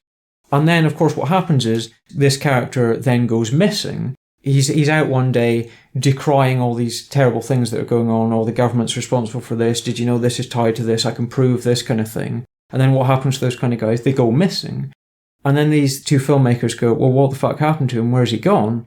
And then they start trying to piece together his evidence and think like, well, what was it that made him vanish, essentially? What was the thing the truth that he uncovered that led to his disappearance? And then it becomes about these two filmmaker characters retracing this guy's steps and then diving deep into this, you know, the conspiracy stuff.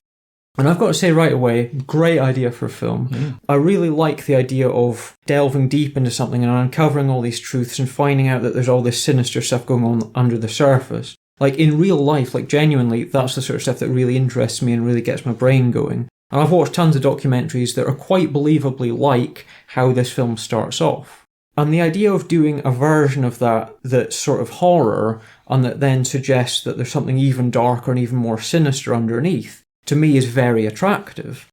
And so straight off, Christopher McBride is a director who's only done this in one other film. His other film is Flashback, which came out about 4 or 5-ish years ago. And it was a sort of science fiction-y, slightly Donnie Darko-ish kind of thing.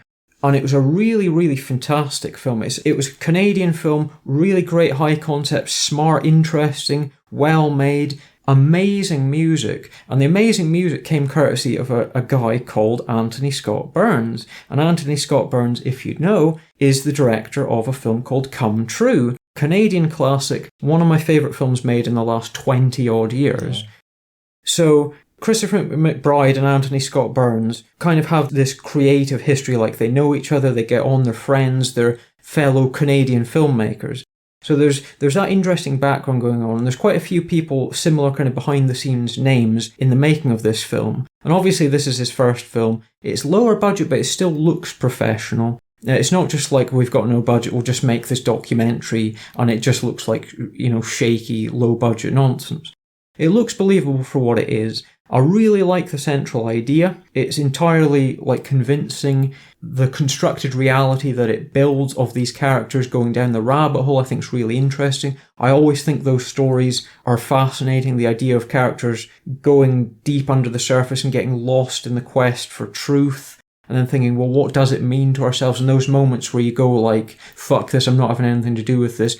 When you suddenly realise that you're in over your head and that there's, you know, you're in danger of being killed, essentially. Like you really are in dangerous territory.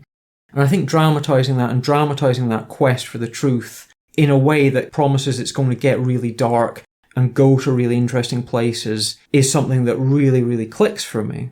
And that's sort of the great, scary kind of paranoia, like a film like maybe Broadcast Signal Intrusion that came out a couple of years ago, is a film that theoretically sets out to do that in an interesting way. Stuff like Videodrome, again, character getting lost in the quest for truth and all this interesting stuff coming out. And obviously things like JFK, the ultimate, characters on a search for truth. And it becomes about, obviously I don't want to get into too much of the plot, but it comes about uncovering this secret society. And the cover image is this guy with like a bull's head on it, because it's this thing, the Taurus Club, and it's all this elite club where all these characters come together and they plot the fate of the world kind of thing.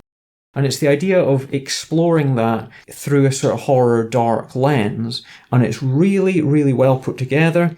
music is got music all the way through because it is a documentary, and it does intercut with interview segments, and the interview segments are really well chosen. The interview segments do something that's very interesting, that without entirely wanting to spoil the film, we get footage of these two guys behind the scenes of the making of this documentary, of exploring the Terence G character, but all the way through we're watching a documentary, this documentary called The Conspiracy. And what we realise is the behind the scenes footage is telling us one story, whereas the interview segments right from the very beginning are very deliberately spinning everything that we're seeing. They're creating another layer. They're adding that plausible deniability of, is what we think happening, or is something else going on? So like I said with Be My Cat, it's that idea of you can actually fuck with the subjectivity of what you're seeing. You can actually introduce an element of the unreliable narrator. And there's at the end of this film, the end's more traditionally what you'd expect from a found footage. It's more, because it becomes about, I really don't want to spoil this film, but I really want to talk about how much I like it. But it becomes about infiltrating this society, which they do with hidden cameras. So it becomes about seeing it from the point of view of this hidden camera. And it's very intense, it's very scary, it's very darkly, atmospherically lit. And there's a particular sound that's used throughout it. And again, going back to the sound design, there's a particular sort of odd, disturbing sound that's used throughout that really is chilling. It's very, very effective. I think the end's great. I think what they do with the end, what they then cut back to after all this is finished, here's the interview segment that essentially explains everything. And then as it's a conspiracy, it then becomes about not telling you, here's the real story. It becomes about then saying, well, what you think you saw didn't actually happen. So it's a really clever, really interesting, really smart use of a combination of found footage and the mockumentary format. I think this is a really, really, really, really well put together found footage film. It completely draws you in. It's doing tons of things I like. Again, I hate to say it again because I kind of bang this drum a lot, but it's a Canadian film. There's tons of great Canadian films out there. I think this is one of them. I think it's a really, really good found footage film that doesn't overdo here's just a bunch of shaky cam stuff. It thinks about every aspect of it, and it justifies every aspect of the film as it's going along. And the one other thing I'll say is, again, I don't particularly want to spoil this, but I don't know, does that spoil it or not? Well, basically what happens is, there's a point in the film where they speak to a couple of characters, and it's that thing of, because it's a documentary, this character wants to remain anonymous. So what they do is they blur the face. You know, like you get in, obviously, like conspiracy documentaries and stuff, people coming out with really shocking truths. You blur the face to maintain the anonymity. And it's funny because there's a bit where there's this guy that turns up and he's got his face blurred and he's actually got his voice distorted, again, pretty standard for a conspiracy type documentary.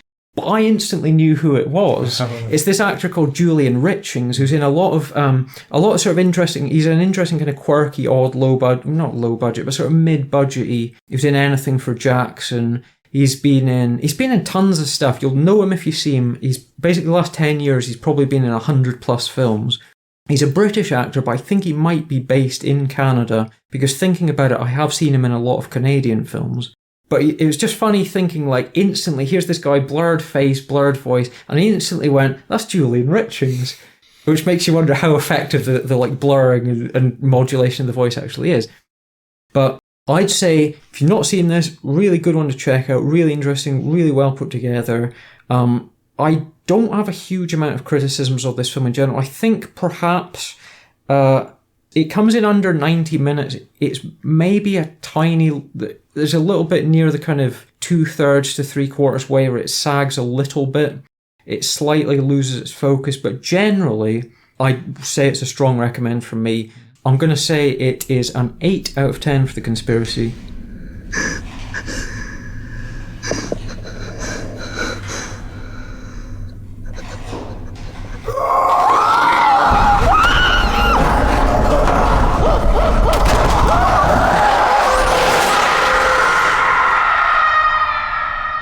So the third film that I'm going to take a look at is a Korean film called Gonjiam Haunted Asylum.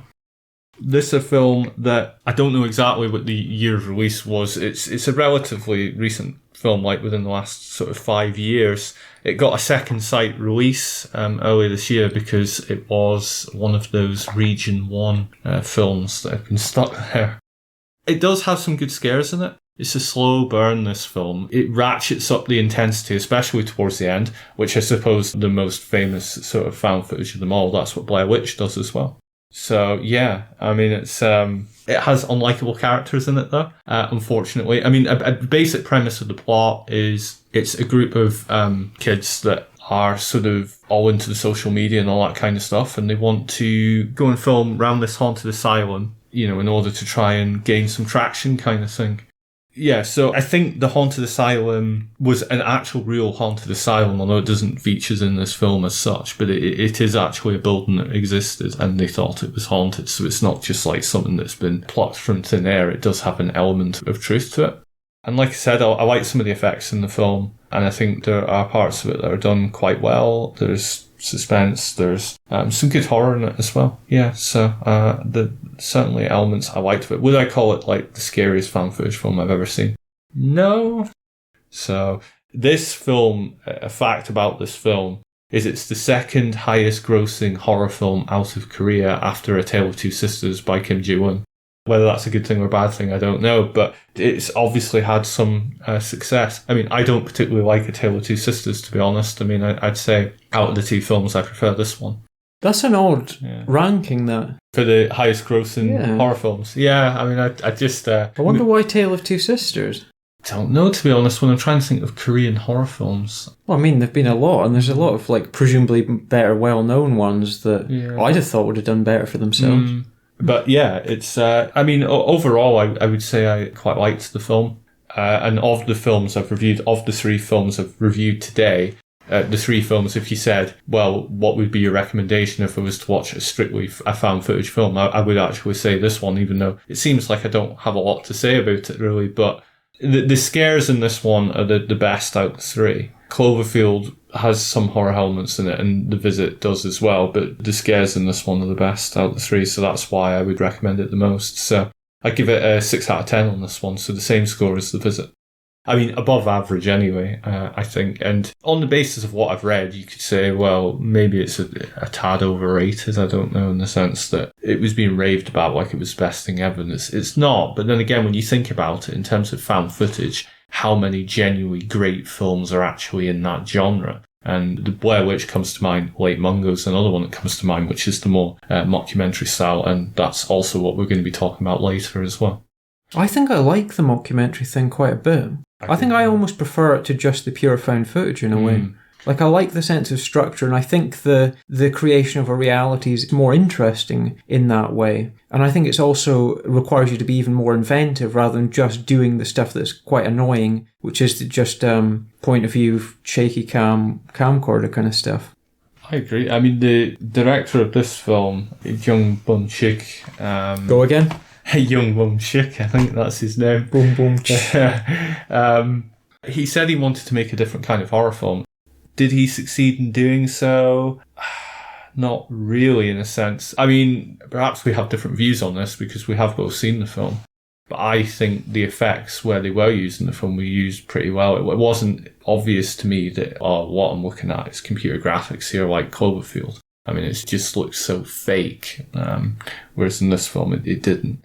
But it's not really his fault in the sense that, you know, you've got all these films that have come before and people have started to sort of develop, it looks like this or it looks like that. The advantage that Blair Witch had and films that came out around that time is it hadn't really been done at that point, whereas there's lots of stuff out there now. And I don't know whether it is as common, because when I think about it, I mean, can you really think of many Korean found footage films kind of thing? It's, I can't really think of any. There are a lot of international, like, found footage films out there. It is by no means an American phenomenon. But there is perhaps the tendency to see it in that way. And I think it's interesting seeing in recent years companies like Second Sight and, you know, a couple of other people that have been showing quite a bit of love to some found footage films. Like, we've had Region 2 releases of, obviously, Haunted Asylum, but then we've had stuff like The Borderlands or The Sacrament, more recently, the Ty West thing. So we're seeing the sort of the big found footage films of like 10 odd years ago are now getting like more prestigious like media releases or Region 2 media releases, which makes me think that found footage is something that's really, in a sense, it's never gone away, but it's something that people or horror fans nowadays are looking at and seeing the found footage films of, you know, the previous generation and coming back to them and reappraising them. And that is something that's got this staying power in the way that like 80s slasher films or something is always going to have that audience, and there's always going to be new generations discovering it and thinking, wow, this was a great era of films. If we come into proof of extraterrestrial life, everything that we thought we knew is called into question. I should say, actually, and this is a little bit of a confession, I did my 3 films that I was going to watch. I watched them all basically back to back, or spread out over the course of one day, rather.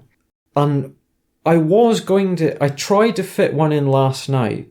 I was thinking I'll watch an extra one in because I kind of was thinking I don't really want to talk about Be My Cat because it's not very good. I don't really have a huge amount to say about it, and it's not really... Just coming on saying, oh, it's a bit rubbish, it's not very well done, it's kind of cheap shit. It's not really that creative or interesting to say. But I was sort of thinking, like, I'll try and watch something else newer to talk about it. And I started watching VHS Beyond, which is the latest VHS film. And I watched the first segment and I stopped. Or rather, I paused. I'll probably go back to it at some point. But I got one segment in, and the first segment really annoyed me. And I just thought, it's 2 hours long, I can't really be bothered with this. I'll just leave it. So I was willing to give it a shot, and I was thinking, right, this'll knock that set out, it'll be something more interesting to talk about. And I just started, and I just thought, I can't really be bothered with this. It's not for me. Is that because it's kind of like VHS viral or 85 and it's rubbish, or is it just, did it irritate you? Or is it like VHS 85 in that it's rubbish? Well, yeah, it wasn't very good. Yeah. Yeah.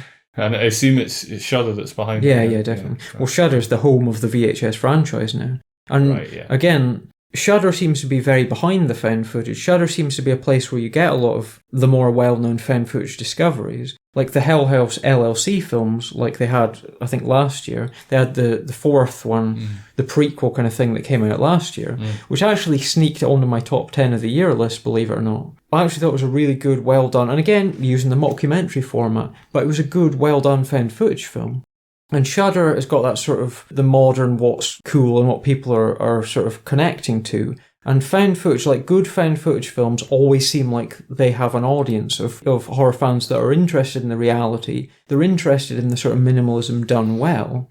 And so that feels like that's something that's always going to be relevant to especially modern horror fans.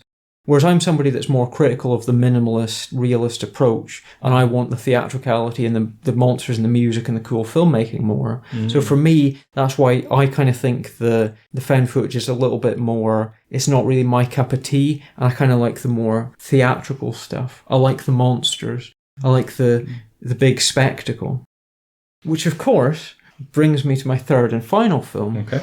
And like I said at the start, what do you do when you go away, you get we're going to do found footage, you think, how do I filter that through what are the films I like? And what have I just said? I like the big theatrical stuff. I like the monsters. I like the crazy stuff.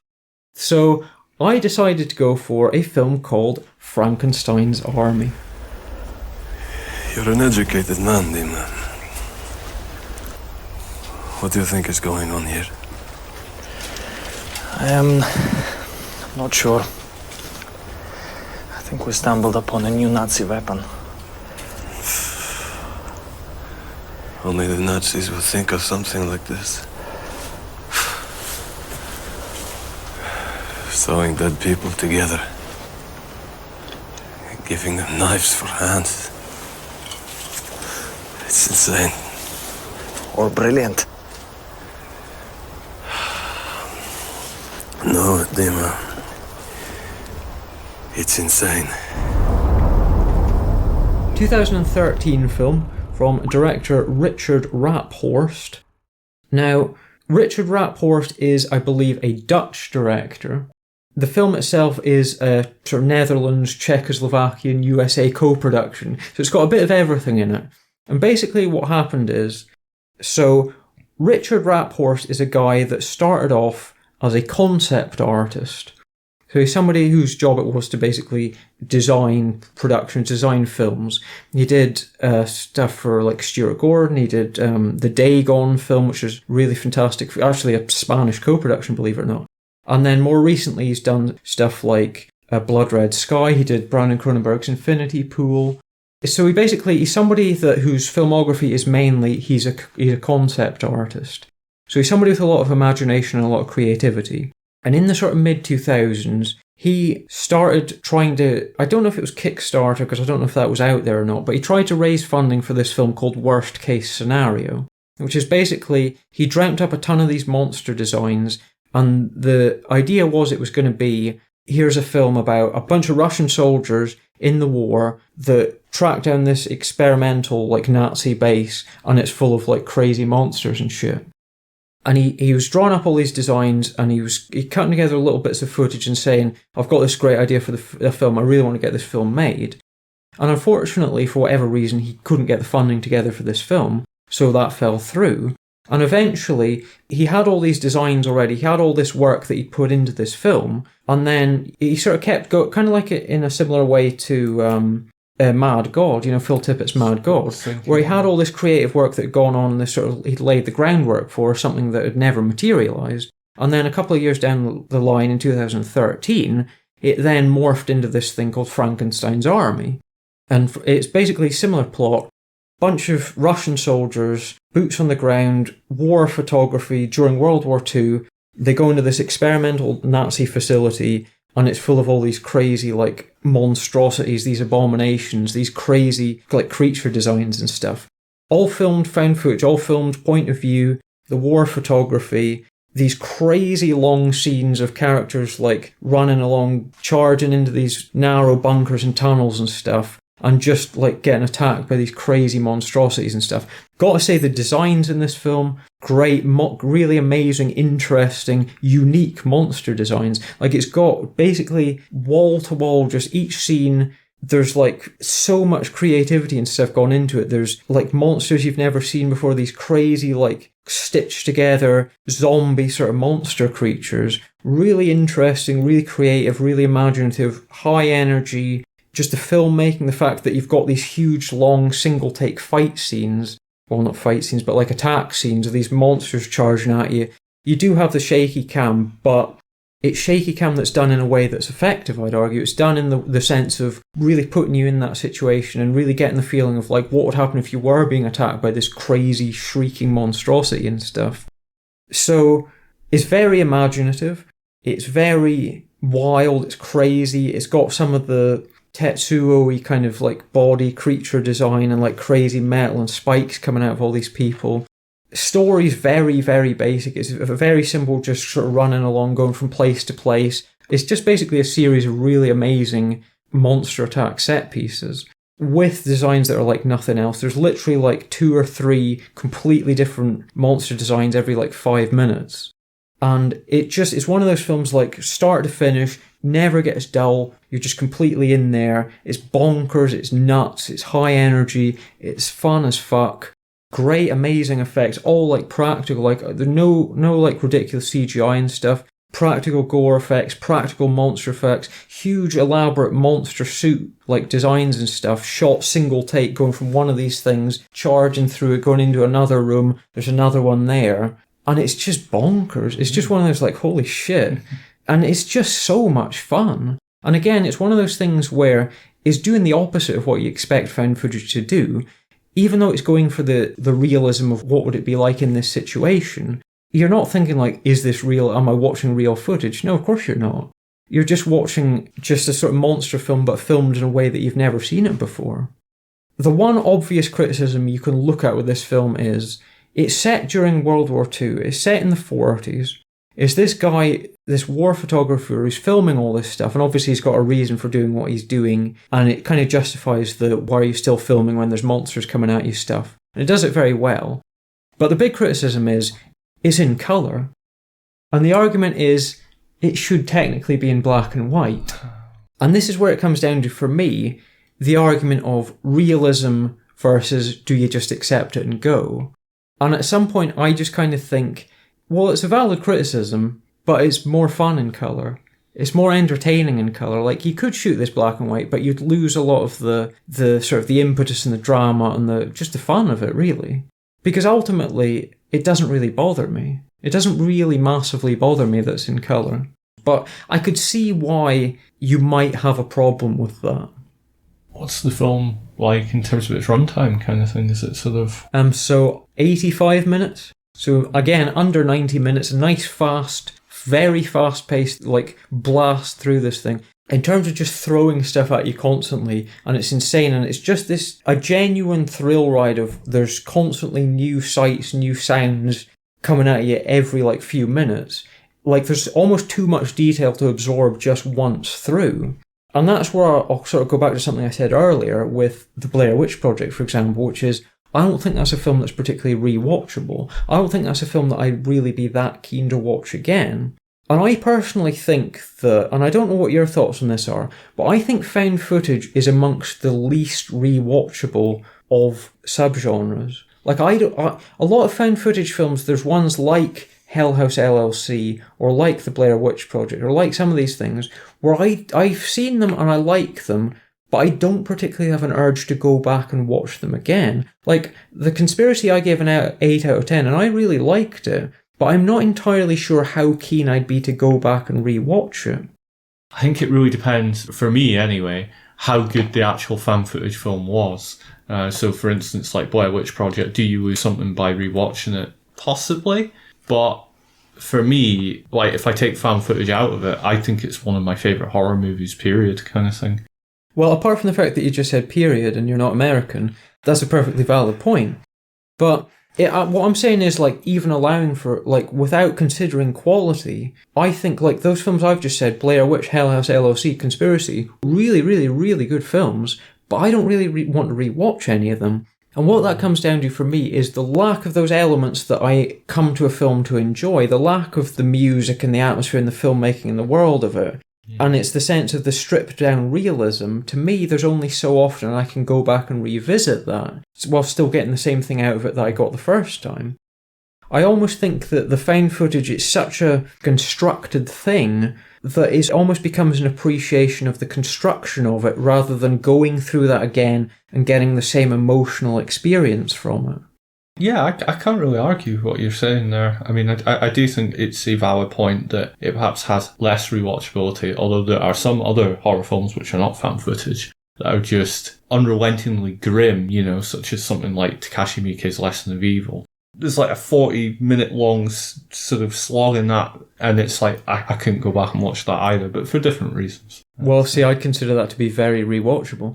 Because what I got from that was I got a really... And I understand why you'd say, well, like, it's kind of hard going, I don't particularly want to put myself through that again. But to me, that's a very intense, emotional, visceral reaction that I got from that film. Whereas there's something about the fixed camera and there's a coldness to found footage. There's a cold, clinical, a lack of emotion and a lack of engaging with it in the way that you traditionally do, and you sort of empathise with and feel the emotions of what characters are going through in a film.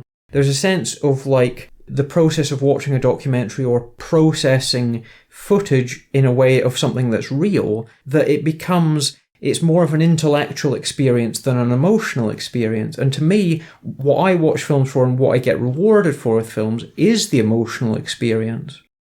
It's just about it being a different experience to how you watch and how you kind of process found footage films for me, versus something that's not found footage. That I think I just couldn't help but think, and again, like I said, was when I was watching the found footage phenomenon, the documentary, and I was sort of thinking, like, I was seeing clips of stuff that I'd never seen before, and I didn't instantly think I really want to watch these films in a way that I would with something like In Search of Darkness or Not Quite Hollywood or Electric Boogaloo or something. I just sort of had this feeling of, I can see that and I can hear these people talking about what this film's doing, but I'm just not particularly that interested in going through the experience of what that film has to offer.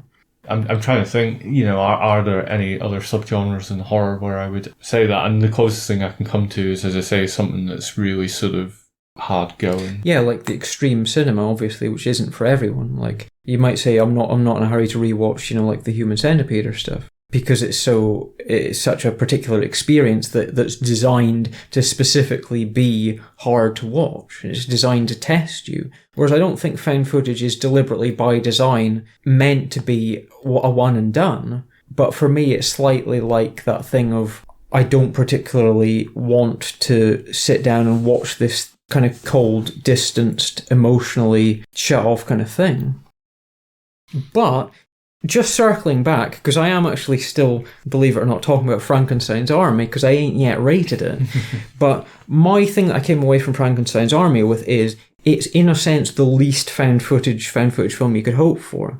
Like, the crafted reality of that film is questionable at best.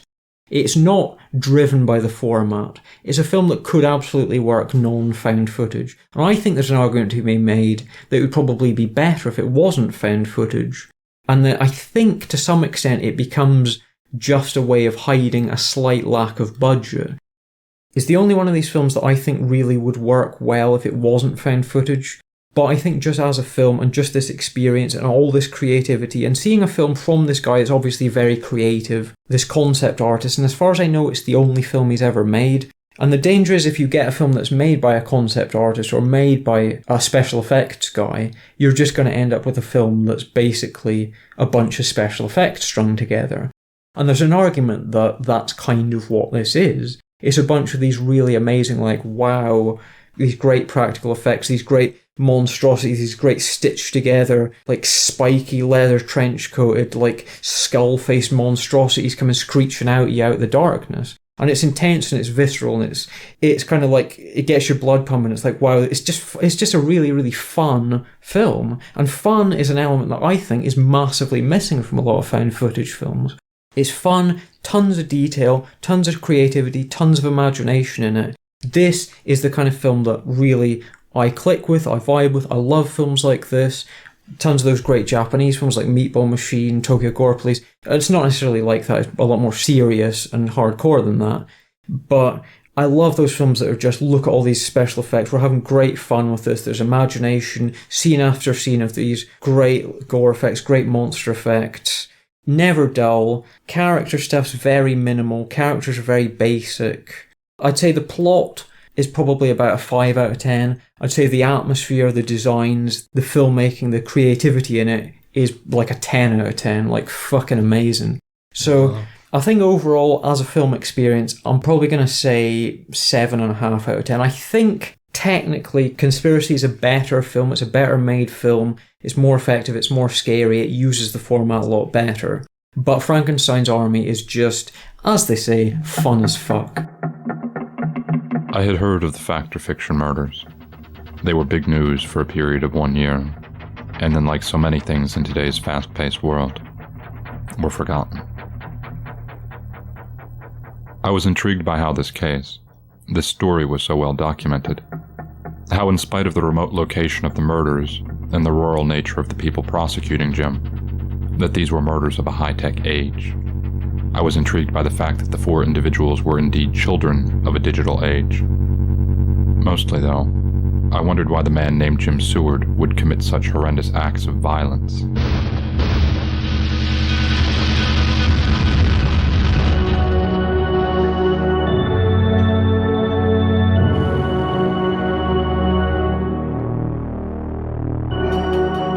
So that brings us to the last broadcast, doesn't it? Which is the main film feature of this podcast that came out in 1998. I think that was the year of its release. Indeedy. So, a basic bit of the plot. Well, it's about, I think it's 3 characters that are going out and filming a television show called Fact or Fiction, and something happens to them, and essentially the premise of the mockumentary is to find out what really happened. So, as it says, what really happened that night in the woods kind of thing. So, I think the strongest parts of this film is as it begins kind of thing, and you think, oh, this is setting up like a mockumentary style film. Well, it sets up a mockumentary film, and then it comes up, it gives you a caption, the following people are not actors. Yes. Why? Presumably, if we're watching a fake document that's made for the people in this world, where Fact or Fiction is a real TV show, we don't need to have a caption that tells us these people aren't actors.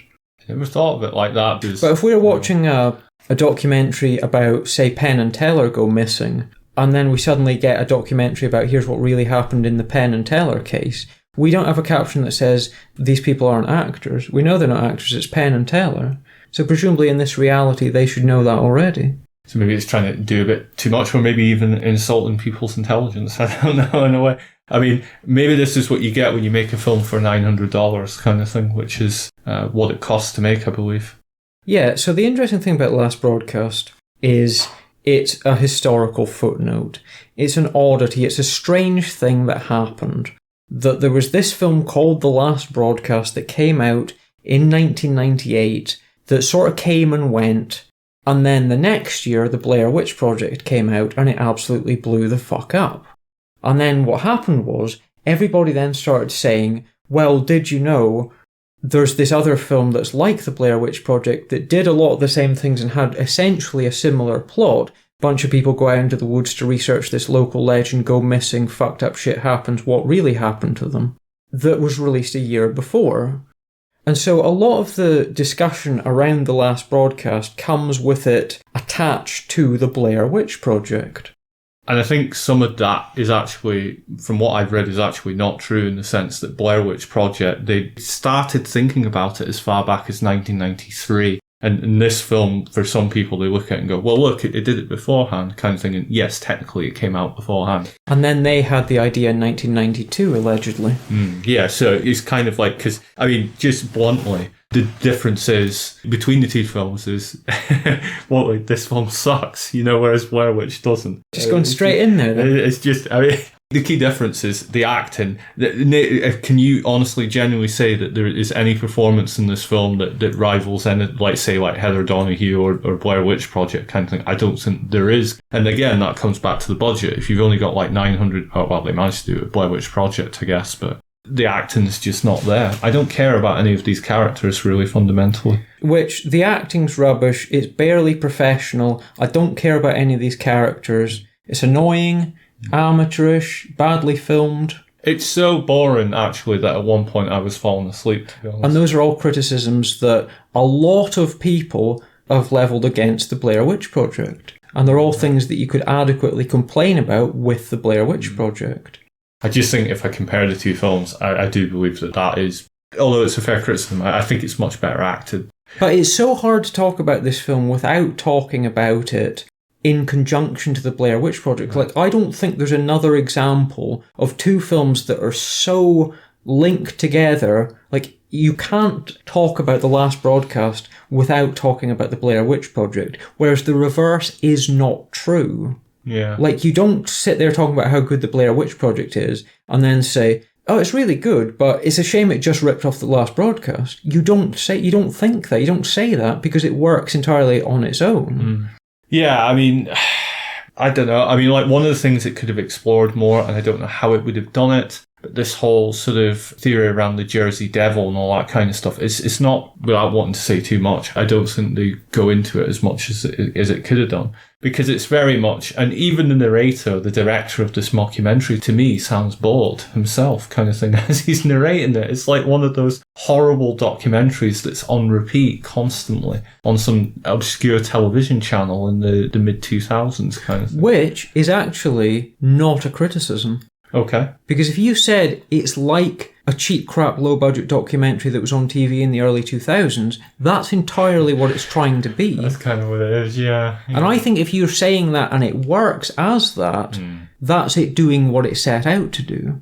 My criticism of it is there's certain bits in it that are, like, for example, when you see shots of there's like a policeman giving a statement on that, or there's a little bit that's set in court, where it's so low budget, you can't buy into the reality of what you're seeing because it doesn't construct that well enough. Like, the bits where it's just people are out in the woods, fine. It's a no-budget film that doesn't have any money to spend on sets or actors that can convincingly say lines, fine. If it's just a bunch of idiots fanning about in the woods, you can do that on no budget. But when you're trying to create the reality of this world with no money, it fails. Like, there's a bit I noticed where you see a court document and it says it's a list of somebody's crimes and it says malice and forethought.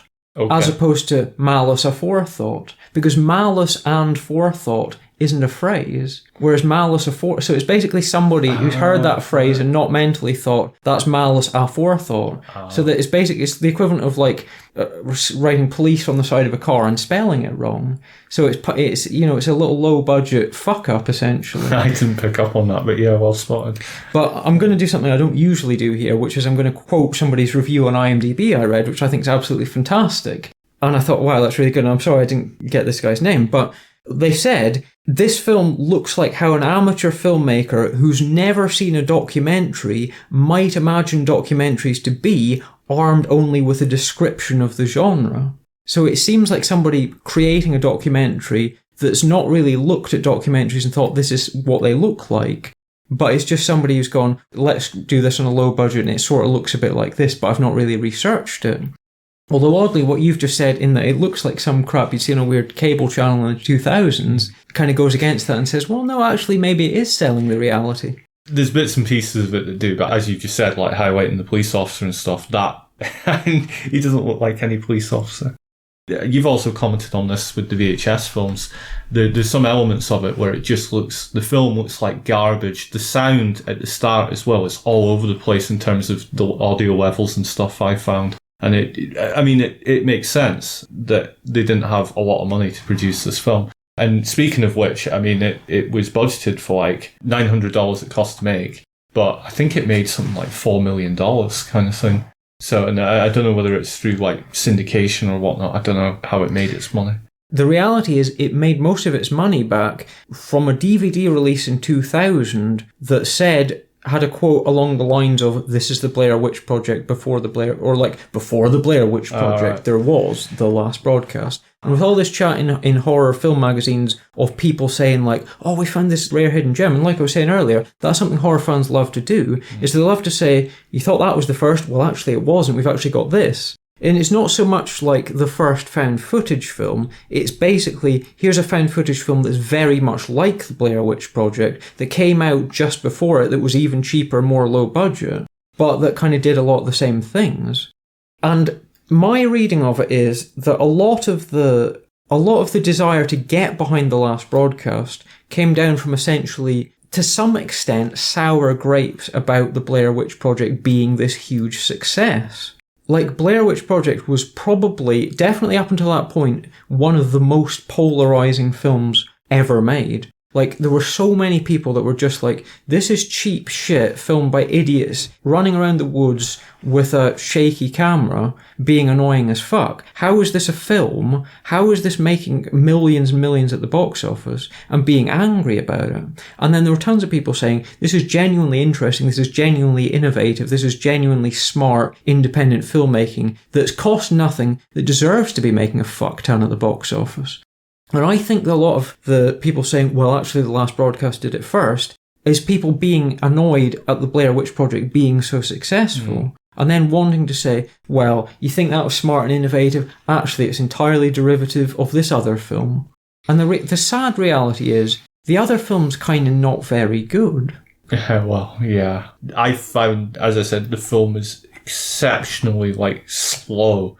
Nothing happens of any sort of significance in my mind. It's just like, okay, if you're watching some boring documentary, I guess, but it's even not that well produced. As I say, within the first 10 minutes, that's where I had the most interest in this film. And then from that point on, it just sort of, because as it says on the box, for the Blu-ray, the 101 Films release, it says what really happened that night in the woods. But I think for a lot of people, the answer to that question would be who cares kind of thing. Because by the time it got to the end of the film, and there is something that happens at the end of the film, I just wasn't really interested in it at that point. It's just, and it's not a film that goes on and on and on. I think it's about an hour and a half, is it not? So it's not like 4 hours, but I think it hurts it because ultimately you can make a film on a low budget, but there are still things that you fundamentally have to have. And it doesn't have the acting in it. It doesn't have the script. It doesn't have these things. It's just like, the majority of the film is like the main guy that's doing the mockumentary kind of thing. And then he's got some actors on it. Like, I think there's a psychologist, there's a police officer, there's all these and they're all of varying degrees, but none of them are good. And again, this is where I come into found footage. And a lot of the discussion of found footage comes with a certain back and forth of justifications. And if you look at this film and say, there aren't any great actors, I don't really care about any of these people, it's dull, the argument is, it's a documentary, and that selling the reality of these characters is they are quite bland, they are quite untheatrical and unmemorable and uncharismatic. They're just a bunch of nobodies, and the reality is make it as kind of dull and bland as possible to help to sell that. And so there's a lot of cases where you look at found footage films and you can kind of argue away certain things that emotionally or as you're watching it don't work with you. But if you sit and think about it, you can sort of think, well, is that like that for a reason? And then you can go, well, yeah, maybe it is. Maybe it is deliberately quite dry. Maybe it is deliberately flat or amateurish, or I'm meant to not really care about these characters because they're meant to be a bunch of believable characters just caught in an odd moment in time, as opposed to interesting or charismatic or compelling in any way. It's just so slow. There's nothing really interesting in it, to me anyway. In this film, I was very disappointed by it. I mean, what did you think in terms of the pacing? Would you agree that it was slow, or do you think... Well, were you watching it as a film, or were you watching it as a documentary? I wanted to buy into the documentary. I suppose the problem with that is I didn't really find it to be a particularly interesting documentary, because it's like, I feel as though it didn't have like a sort of like cohesive path throughout of it. It's sort of like, and he was charged or whatever, and then he's moving to something else kind of thing. There's maybe a bit too much of like the interview segments and not enough of what's actually going on in the woods, I think. I actually think the opposite's true, because I like the interview stuff. Right. My take on it's kind of different to yours, but I think we sort of will probably end up coming in at a similar assessment of it as a whole. And my thing is, it's one of those films where there's things you can look at in it and say, that's impressive. It's a film you can look at and say, it cost almost nothing to make. It was made by people that had never made films before, that tried something genuinely quite interesting and quite innovative. And it was the thing that it does get the most praise for, and I don't entirely know if this is accurate or not, but it was said that it was the first film to be shot entirely digitally, without using any traditional analog like film. Shot entirely digital, entirely edited like on a computer. It was the first film to ever do that on like consumer grade equipment, as they say. And if you look at that, you can say, well, technically that is genuinely quite impressive. And the fact it's something that's come from nothing, to be reappraised and to have this place in the sun and to be, and essentially for all the kind of sour grapes or the supposed rivalry, because I was reading a Fangoria of the time, and there's all this stuff about, it's an article about how the last broadcast came before the Blair Witch Project, and it sort of details the history of, we had this idea in 92, they had it in 93, we trademarked it in 97, after we'd shown some footage at a festival in 96. And it's all this odd back and forth. And the underlying narrative that I seem to get from it is that the makers of the last broadcast felt really cheated by the fact that Blair Witch Project came along, did everything that they did, got a really good distribution deal and made a fuck ton of money, whereas they didn't. But the reality is, if the Blair Witch Project never existed, this film would be buried in history. This film would be nothing. This film would be a forgotten oddity that almost nobody ever talks about. The Blair Witch Project coming along after this film was the best thing that could ever happen to it.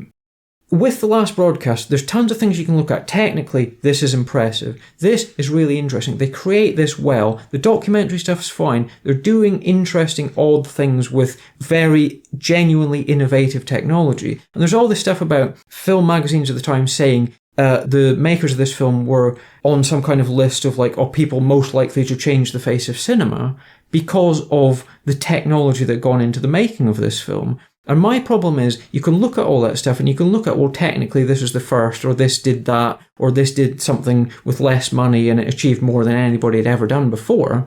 But you strip all that away, you strip the marketing, you strip the technology, you strip anything away until you're just left with sitting down in a room with the film, watching it. What do you think? How does it impact you? What do you get from that film? This film isn't very good. The Blair Witch Project is fucking amazing. Yeah. And what I was saying originally was, I say the same thing about the Blair Witch Project. Forget the fact that it cost almost nothing and made exponentially more money for its budget than pretty much any film ever made. Forget the marketing behind it. Forget that is it real or not. None of that matters. Just sit down and watch the film for what it is. One's really good, one isn't. And that's a cold hard fact. You don't need to take in the gimmicks. You don't need to consider historical this, that, or next. And those things are very important and are interesting. And it's educational and it's a historical artifact that's interesting. But as a film, The Last Broadcast is at best sort of an alright, realistically subpar mockumentary. And I think any recognition that this film has comes from its connection, its somewhat parasitic connection to the Blair Witch Project. I think that's a really good point you make. I mean, if the Blair Witch Project had not come around, I don't think this film would, as you say, it would have just been lost. Well, it had already pretty much been buried. Like, if it didn't have like a video release by the time the Blair Witch Project came out, it only got released on media after the Blair Witch Project had come out with this tagline, "Before the Blair Witch, there was the last broadcast." That's how it got so much of its money back. That's how it became well known. But it had already pretty much come and was in the process of being forgotten by the time Blair Witch came along. And I think if you strip all that away, if you strip away all the things that are sort of interesting about it tangentially, as a film, it tries to do so many interesting things with the format that what it's trying to do for its budget, what it's trying to do with its format, what it's trying to do with all this stuff about reality and fiction and the hoax and then the great truth will become uncovered and all this stuff about, oh, he's really interested in magic and the great conjuring trick and the sort of the cinematic sleight of hand that whole thing's trying to pull off and the whole, fact or fiction. If you put all that stuff to one side, the entire film is let down for all its technical innovations, for all that it's trying to do, for all that it's genuinely created that is interesting in its faux reality, is let down by the fact that it's got a fucking garbage ending. The ending is god-awful. The ending is so basic, crude, simple, unsubtle, that it just completely throws away everything that's gone before. And that for all that you can buy in, like, I genuinely think that fake documentary stuff is quite interesting. I was sort of going along with it, and I was at no point like, oh, this is really scary, this is really compelling, this is atmospheric and dark, in that kind of Lake Mungo way, where it creates this really brooding, dark atmosphere of like, oh, what's going to happen? What really happened? And I'm interested, and I get, like, there's bits in The Conspiracy, for example, the fake documentary and that, and you get the fast music, and like you get with real conspiracy documentaries where it's like telling you things and you suddenly get that moment where you see things connect and you go, holy shit. You know that thing where you're like, and secretly he was behind all this, and then you start putting things together. Or like in JFK, that moment where you go, a truth presented to you in a dramatic way that suddenly goes, boom, here's the thesis of what this is all about. And you go, shit, that's scary. There's moments in Lake Mungo and stuff that are genuinely getting like, fucking hell, that's scary. Whereas I never got that in this, and I think it was kind of trying for that.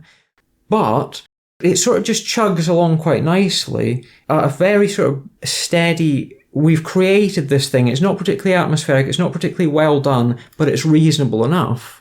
And then it just slowly chugs along, and then it just drops off the end of a cliff. And I have seen some other people make that argument as well, that, I mean, some people have said that they feel The Last Broadcast is a relatively decent film, but the ending ruins it. But for me, I just think the film sucks. I mean, I think the ending doesn't help it, but I don't think there's anything in the actual film, regardless of the ending, that would make me go, oh yeah, this is really captivating. I mean, as you quite rightly said, there's a big difference. One of the films, Blair Witch, is a good film. This one is not. And they're polar opposites to me.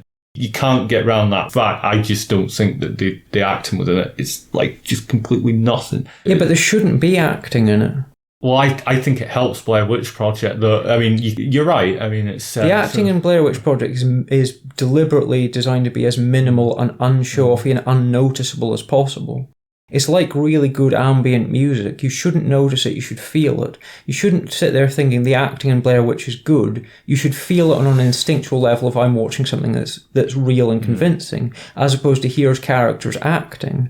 The minute you feel that, Blair Witch is doing something wrong. Because it's a documentary. You shouldn't have characters going through huge, big emotional catharsis in the last broadcast. It's like I said, it's the lack of emotional engagement. It's the cool, the iciness, the cold, emotionless eye of found footage is looking at something dispassionately and presenting you a series of events that should be scary for what they are and what they mean, rather than relying on traditional filmmaking. Here's how a horror film works, and it elicits a reaction from you by doing picking stuff from this particular bag of tricks. I take your point in what you're saying, but if there's no kind of skill there in what they're actually doing and how... But I think there is skill in the creation of the fake documentary. I think it's skill to the point where you almost... It's like, I'm of the opinion that really good acting, to a large extent, is acting you don't recognise. Right. It's the acting that's very subtle and minimal, and it's not people coming out with huge monologues and crying and pulling faces and screaming. It's the very subtle character stuff that it's like, Clint Eastwood in Gran Torino. Oh, yeah. It's not, here's this big guy coming out with huge speeches and monologues and emoting. It's this very subtle, quiet, internalized, you look at his face and you see all this character and this emotion, and it's not him sitting there pulling faces. It's good, really good acting. And to some extent, if you're making a fake documentary, it should be very cold and dispassionate and uncinematic. There's much more interesting things going on in the Blair Witch Project in terms of relationships and all that kind of stuff that is not explored in this film. It's just a group of characters that I just think it's funny that for everything that it's trying to do, for all that it's gone out of its way and put a fuck ton of effort into creating this reality and this world, that the one thing it fucks up is the ending's rubbish. And that's something that's such a basic, old-fashioned, simple script problem that lets this film down. So for all that you can look at and say it's technically impressive, it's let down by the most basic of things. Yeah, I have seen people say that. I mean, for me, I just don't really think there's really anything impressive about this film at all. I mean, as I said, I could buy the documentary for like the first 5-10 minutes, but it got to a certain point where I was just like, just so sort of like bored by it that it was like, there's just, I sort of like switched off kind of thing. I mean, I was still watching it, obviously, but if you missed this film and you didn't watch this film, you wouldn't be missing anything, in my opinion. What about if you watched this film having never seen the Blair Witch Project? Well, you wouldn't have anything to compare it to, but I still think you'd think the film was a bit rubbish, to be honest. I mean, it's... I think the interesting thing that you can look at in the behind the scenes of this film is, and it's a very interesting comparison point, is that famously in the Blair Witch Project, what happened is they basically got those 3 actors out into the middle of the woods, didn't tell each other what was going on. Basically, each went off separately. Here's your little half script page of this is roughly what's going to happen. And it was essentially a case of them going out and genuinely almost sort of doing it for real and really going through this and really having these real interactions and having real unscripted arguments with each other and real like banter, just to create that sense of realism, that unscripted realism of here's these characters interacting and creating something that felt real. Whereas the flip side is, whereas Blair Witch was very, very organic for all that, the last broadcast was very carefully planned out, almost mechanically, to the point of specifically getting every single detail of every single thing just right. And specifically, we want this done in a certain way, and we won't have multiple takes, and we won't have lots of little bits and pieces we can use and pick and choose from. So it's a case where you've got something that's very carefully, methodically planned out, versus something that sort of organically, magically happens. It's almost like the best laid plans thing. The best laid plans create the last broadcast, which is this very intricate, cold thing that you look at and you can say, it's not bad, but then it completely fucks up because the end's so bad, versus the Blair Witch Project, which is very organic and unscripted, and it feels real and it connects with you on a level that something that's scripted and planned out doesn't, and then it completely works because it's such a direct funneling of that experience into your brain, rather than somebody saying, look at this mechanical construct that I've fashioned, isn't it impressive? Look at all this, I've created this cinematic magic trick. I've created this fantastic blending of oh, the Jersey Devil is really the electronic media that created it and all this stuff. Like, this whole central thesis of stuff that they come out at the end, which I'll be honest is the point where it starts to really lose me, is the idea that the real Jersey Devil's the friends we made all along the way. It's that thing of,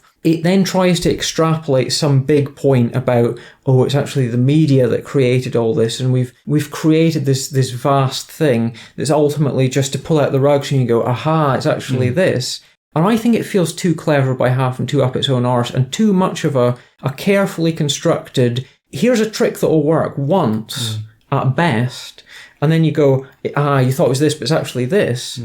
But the thing is, the reveal's so shit that by the time you get there, it almost has the effect of saying everything that you bought into up until that point, it's rubbish. And then, as much as it tries to be clever and make some big point, it doesn't remotely connect you on any level other than just somebody looking at you and going, and sort of, winking at you and going, oh, aren't we clever? It's very full of itself, which I don't at all get from the Blair Witch Project, because the Blair Witch Project is genuinely, it's arguably less technically innovative than this film, but it's a more pure experience. It's a better piece of art, whereas The Last Broadcast is the mechanical creation of that thing. It's odd that it almost seems like The Last Broadcast is the studio version, whereas the Blair Witch Project is the indie version, because there's something that feels more studio about over-planning and over-creating and over-crafting and overdoing it to make some kind of vast, smarmy point about media itself, versus the Blair Witch Project, just this pure, raw experience. One of them feels like we've sat down and created all this stuff mechanically because we don't know how to create that emotion, versus the other one is just the pure emotional experience. It's interesting what you said about how they had half their scripts with Blair Witch. They go out, it was organic. So some of the success of that film is down to luck, isn't it? It's just a case of it working. The Last Broadcast, by contrast, heavily structured, so there's stuff like that. And then you wonder, well, if it hadn't been so rigid, would it have turned out differently? But the ending, as you said, I didn't like the ending either. But by that point, I'd sort of checked out, because I think the film in its entirety is just a rather bloated, dull affair, to be honest. There's just nothing in it. I mean, because even like the Jersey Devil, the sort of mythos around that, it's not something that's really ever explored. There's a really odd thing of it. It almost seems like they're trying to suggest that the Jersey Devil is something other than what it actually is. Like, the Jersey Devil's a real legend. It is, yeah. It's a real thing that exists, and there are real legends and stories about it. But they never elucidate on that in the actual film itself. And they start coming out with all this shit like, perhaps the Jersey Devil really rests within all of our psyches. And it's like, well, no, it doesn't. The legends are pretty clear about what it actually is, but it's a thing where the detail isn't important. They might as well have just created something entirely new, like the Blair Witch, and just said, here's our mythical thing that these characters, because it's basically just a plot mechanism, rather than it being a film about the Jersey Devil. It's as though the real killer planned a media event so amazingly cunning that it could be thought of as scripted, a kill ready for prime time, so to speak. Perhaps the Jersey Devil did kill them. If so, the Jersey Devil is the electronic image, the communication to the masses, somehow twisted into a surrealist electronic world. How fucking pretentious is that? I was thinking that exact same word. That's the word I was thinking. I'll say, my opinions of it is, it's a reasonable enough mockumentary that by the time it gets to the end, the wheels come off it, and you get this smirking, smug ending that's rubbish, that means, A, I'd never want to watch it again, and B, the stuff that I think is reasonably interesting up until that point, it kind of loses any value that it's got, because it's all setting up a punchline rather than an ending. It's setting up a twist of like, hey, didn't see that coming, aren't we clever? And it doesn't work for me. I don't care for it, and it really undermines what's gone before it. So technically, you can do all this stuff and it might be reasonably impressive, but it's just not worth it. It's that thing of, like, whenever I see people going on about technical stuff in films, the effects are great in this film, it looks really good, it's well shot, blah, blah, blah. It doesn't matter if the story's crap. Completely agree. It's like Brotherhood of the Wolf, like we were talking about last time, what a huge production that was. Was it worth spending all that money on? No. Was it alright? Yeah, it was fine. But I'd rather watch, Vincent Cassel running about for 2 hours rather than having to spend 2.5 hours in this huge bloated mess. Like, for all that is technically impressive, this film, it's not worth the expenditure of effort to create something that's it just got nothing to offer you. I mean, the same is true for like single player video games, that you can have really nice graphics and it can look really nice and brilliant. But if there's no story there, then it doesn't work. And maybe with some films, it would work in a more sort of like, if it's just all about the visuals. But yeah, I mean, I think we are in agreement in the sense that this film is not my big disagreement with you, I would say, is, for me, it's not a case of it's cheap, boring rubbish that's badly made by bad actors. I think technically it's fine. I don't have a problem with the technical stuff. I don't have a problem with the reality of it. I don't have a problem with any single aspect of it that's greater to me than the fact the script is rubbish. Right. The last third of the script, which is the point of the whole film, is pretentious and annoying to me. And it undermines anything that's gone before it. So by the time you get to there, you go, this fucking wasn't worth the journey. I think for me, it's got to be one of the worst found footage films I've seen. I thought it was incredibly disappointing.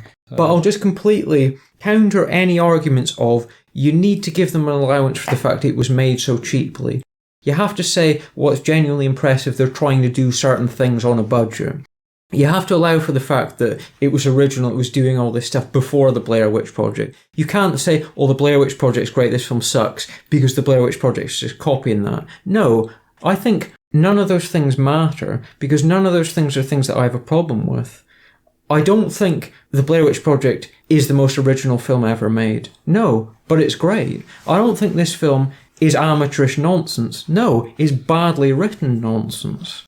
I don't think, wow, this is genuinely technically impressive, because I think all the technical innovation is ultimately pointless. There's much better things like this that are made by a guy in his bedroom that essentially makes YouTube videos. They'll make like a YouTube documentary and it will be about, I don't know what, but it will be about something sinister, and quite frankly, it's far more interesting than this entire film. The Chris Chan story. Oh, well, I mean, it's just, I'm trying to think off the top of my head, but I can't, like, sort of, there's various examples of documentaries and stuff off YouTube that have been made independently, and as I say, they're more interesting than anything in this film, which granted, when this film came out, it wouldn't have been as much of an issue. I mean, that's not really a glowing sort of outlook for it when I say you can watch stuff on YouTube that's better.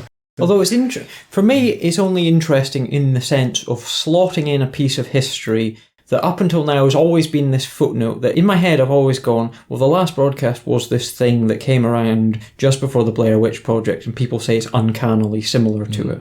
And then there's all this like, oh, did one influence the other? Did one rip the other off? And it's ultimately the case where probably realistically, genuinely, I can believe that they both happened to come along at the same time. And I don't think there was foul play. I don't think anyone's got grounds for being angry at anybody else. I think ultimately both films did just fine for themselves out of having that connection. The last broadcast was massively helped by being tied to a much better film than it. And the Blair Witch Project was not hurt by the fact that the last broadcast was tagging along behind after it. Horror fans for decades could then say, oh, well, you've never seen this film, have you? You've never seen this lost, amazing found footage film. Yeah, there's probably a reason that it's been forgotten up until this point. Were you expecting to like it? Were you thinking it was going to be good? I thought it would be better than it was. Yeah. I thought it was very disappointing. Because surely when you've gone looking for all these like found footage films or gone on Reddit or like looked up stuff, you must have come across it as one of these like, hey, actually this is a really good first kind of found footage film kind of thing. Like it definitely gets brought up in those kind of discussions in those kind of circles. Yeah, I think there's a possibility that I thought it would be average at worst, and unfortunately it's below average for me. It's quite a bit below average. Do you want to jump into some ratings then? Grading it, yeah. I'm guessing you're going to be horrifyingly low as ever. Consistently, this is our third film that we've done so far. Episode 3. That's right. I think you've been lower than me in all of them so far. I think you're probably right. Yeah, you hater. So surprise me by not being lower than me this time. Well, this is the worst main feature film that we've done thus far, I think. And it's a 2 out of 10 for me. I thought you were going to go 1, actually. Nah, 2. 2 out of 10. Yeah, so still better than Nightbreed, then? You're ridiculous with that. Tell that story. Tell us your thoughts on Nightbreed, Clive Barker's Nightbreed. I watched Nightbreed and it was like, the only good thing about it is David Cronenberg, which is... He's amazing in it. He is good. He's a great character, great performance, interesting.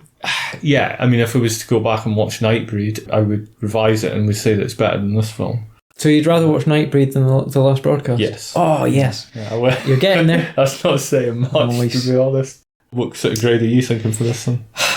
Well, it's one of those things where it's bits in my head. Like, I think the first hour of it's probably about a 5.5 out of 10. Like, I was going along, I was thinking it's not particularly exciting, it's not particularly creepy, it's not particularly engaging, it's not particularly interesting, but it's perfectly fine as a sort of mid-low budget documentary. It's sort of chugging along okay. It's very cheap and sort of rough around the edges. Fine, I kind of know that going in. It cost almost nothing. That's fine. But then just by the time you get to that ending, it just pulls the rug out from under you and shits on you. And it's one of those things where I feel that the more and more I'm going to think about this, and the more I think about what that end means and how it reflects back on what's happened in the rest of the film up until that point, I'm going to think less and less of it. Would I watch it again? Do you know, I could conceivably, genuinely watch it again. I don't like the ending at all. Do I hate it? I don't hate it. I don't think it's terrible. I think 2 out of 10 is much harsher than it needs to be. And this is me without allowing for technically it's this or historically it's that. As someone that doesn't really like found footage that much, I think it's a 4 out of 10 for me. So I'm coming in at twice you. I think it's entirely watchable with a caveat of by the time you get to the ending, you are going to come away disappointed, which technically I think means that 4 out of 10 is a very generous 4 out of 10. It's a very generous 4 out of 10 that is kind of somewhat weighted to the fact it's a tiny budgeter.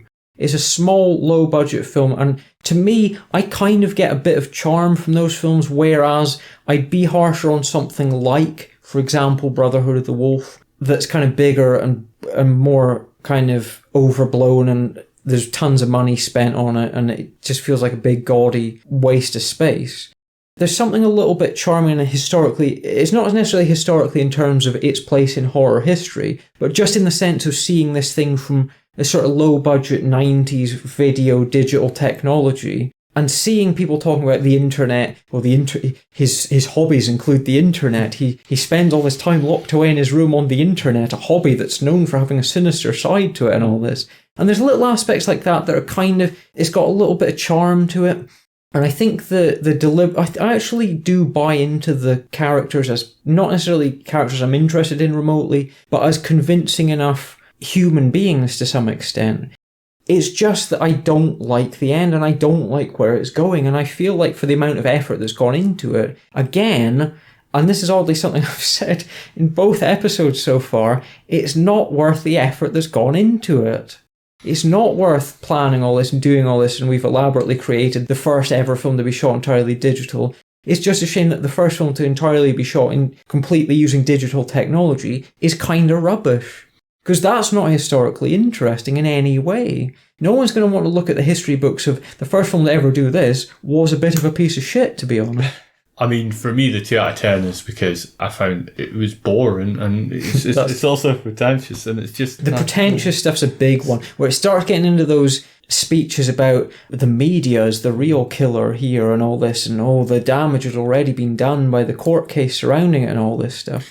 I think the stuff that I was probably the most interested in, that I thought had the most potential, was when they find the box with the tape in it and it's like, well, we need to reconstruct this stuff. And you get the sort of distorted footage, and it's got a slightly odd quality of, is something strange going to emerge out of this? Is it going to go in a strange, and again, to kind of do the subjective reality thing? Because this is a film that kind of attempts to do that.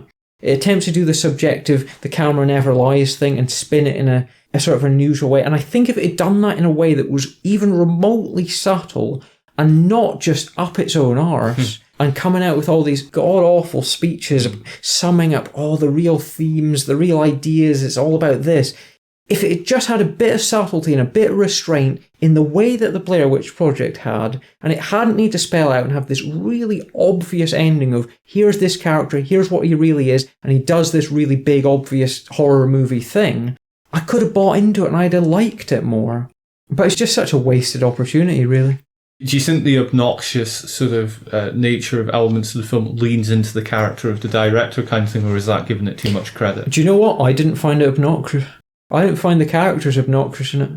That's an element that a lot of found footage is criticised for. I didn't get that at all. And that's one of the things I like more about it, is it's got the very cold, dispassionate, emotionless found footage, here's a documentary kind of thing. I mean, to go back to something you said earlier, the film is not creepy, but it ties in with the ending. I don't like the ending, but nevertheless, seeing the sort of stuff that you do see is still disturbing. And it would have been more so back when it came out, I think. I think the scene towards the end is unpleasant. But it's not remotely fitting what this film is. You shouldn't have a scene like that in it. I agree. What's the justification for having that scene filmed the way it is, cut the way it is? It's just completely... It's just like, it's going along, it's doing its thing, and then it just goes, boom, let's forget it, let's do something else. And it's like, well, why? Why go to all that effort to do it for 90% of your film and then just abandon it at the last minute? I couldn't agree. What is the point of that? Yeah. I do agree with you 100%, but it's the only sort of like horror element in that entire film. I'm not seeking to defend it. I think it's rubbish. But I didn't like the film anyway. The ending's just like the cherry on the cake, I guess. Because you're sort of waiting for it to do a kind of Lake Mungo type thing where you get a sense of the real horror from the presentation of a series of documentary facts. But the twist is that unlike a documentary, you can slip in odd supernatural things. You can take it to a level that you couldn't with an actual documentary. But then it doesn't, because then it builds up all this framework for, you could build up to something creepy and have this final footage at the end that's interesting, or do something unusual, or make just a subtle suggestion of something. Like, there's so many real documentaries out there where just tiny little subtle suggestions of real things that are off or that are odd or that are inexplicable or unexplained do send chills down your spine. They are quite creepy. And there's no reason why you can't do that. But it's literally, it walks up to the edge and then at the last minute completely loses faith in the power of the medium and then goes, we need to have a horror film ending. And that's absolute cowardice and weakness. Is the subtlety something that The Conspiracy does? Yes. Yeah. Everything that this film tries to do, The Conspiracy does much better. It's unfortunate, disappointment. I mean, would you agree with me that it's the worst main film that we've done up to this point? Of the three, it's the one I probably enjoyed the least. I actually rewatched My Little Eye about a week ago, oddly, just in an off moment. I thought, I'll give it another chance. And to be honest, on a second watch, I sort of enjoyed it more than I did the first time.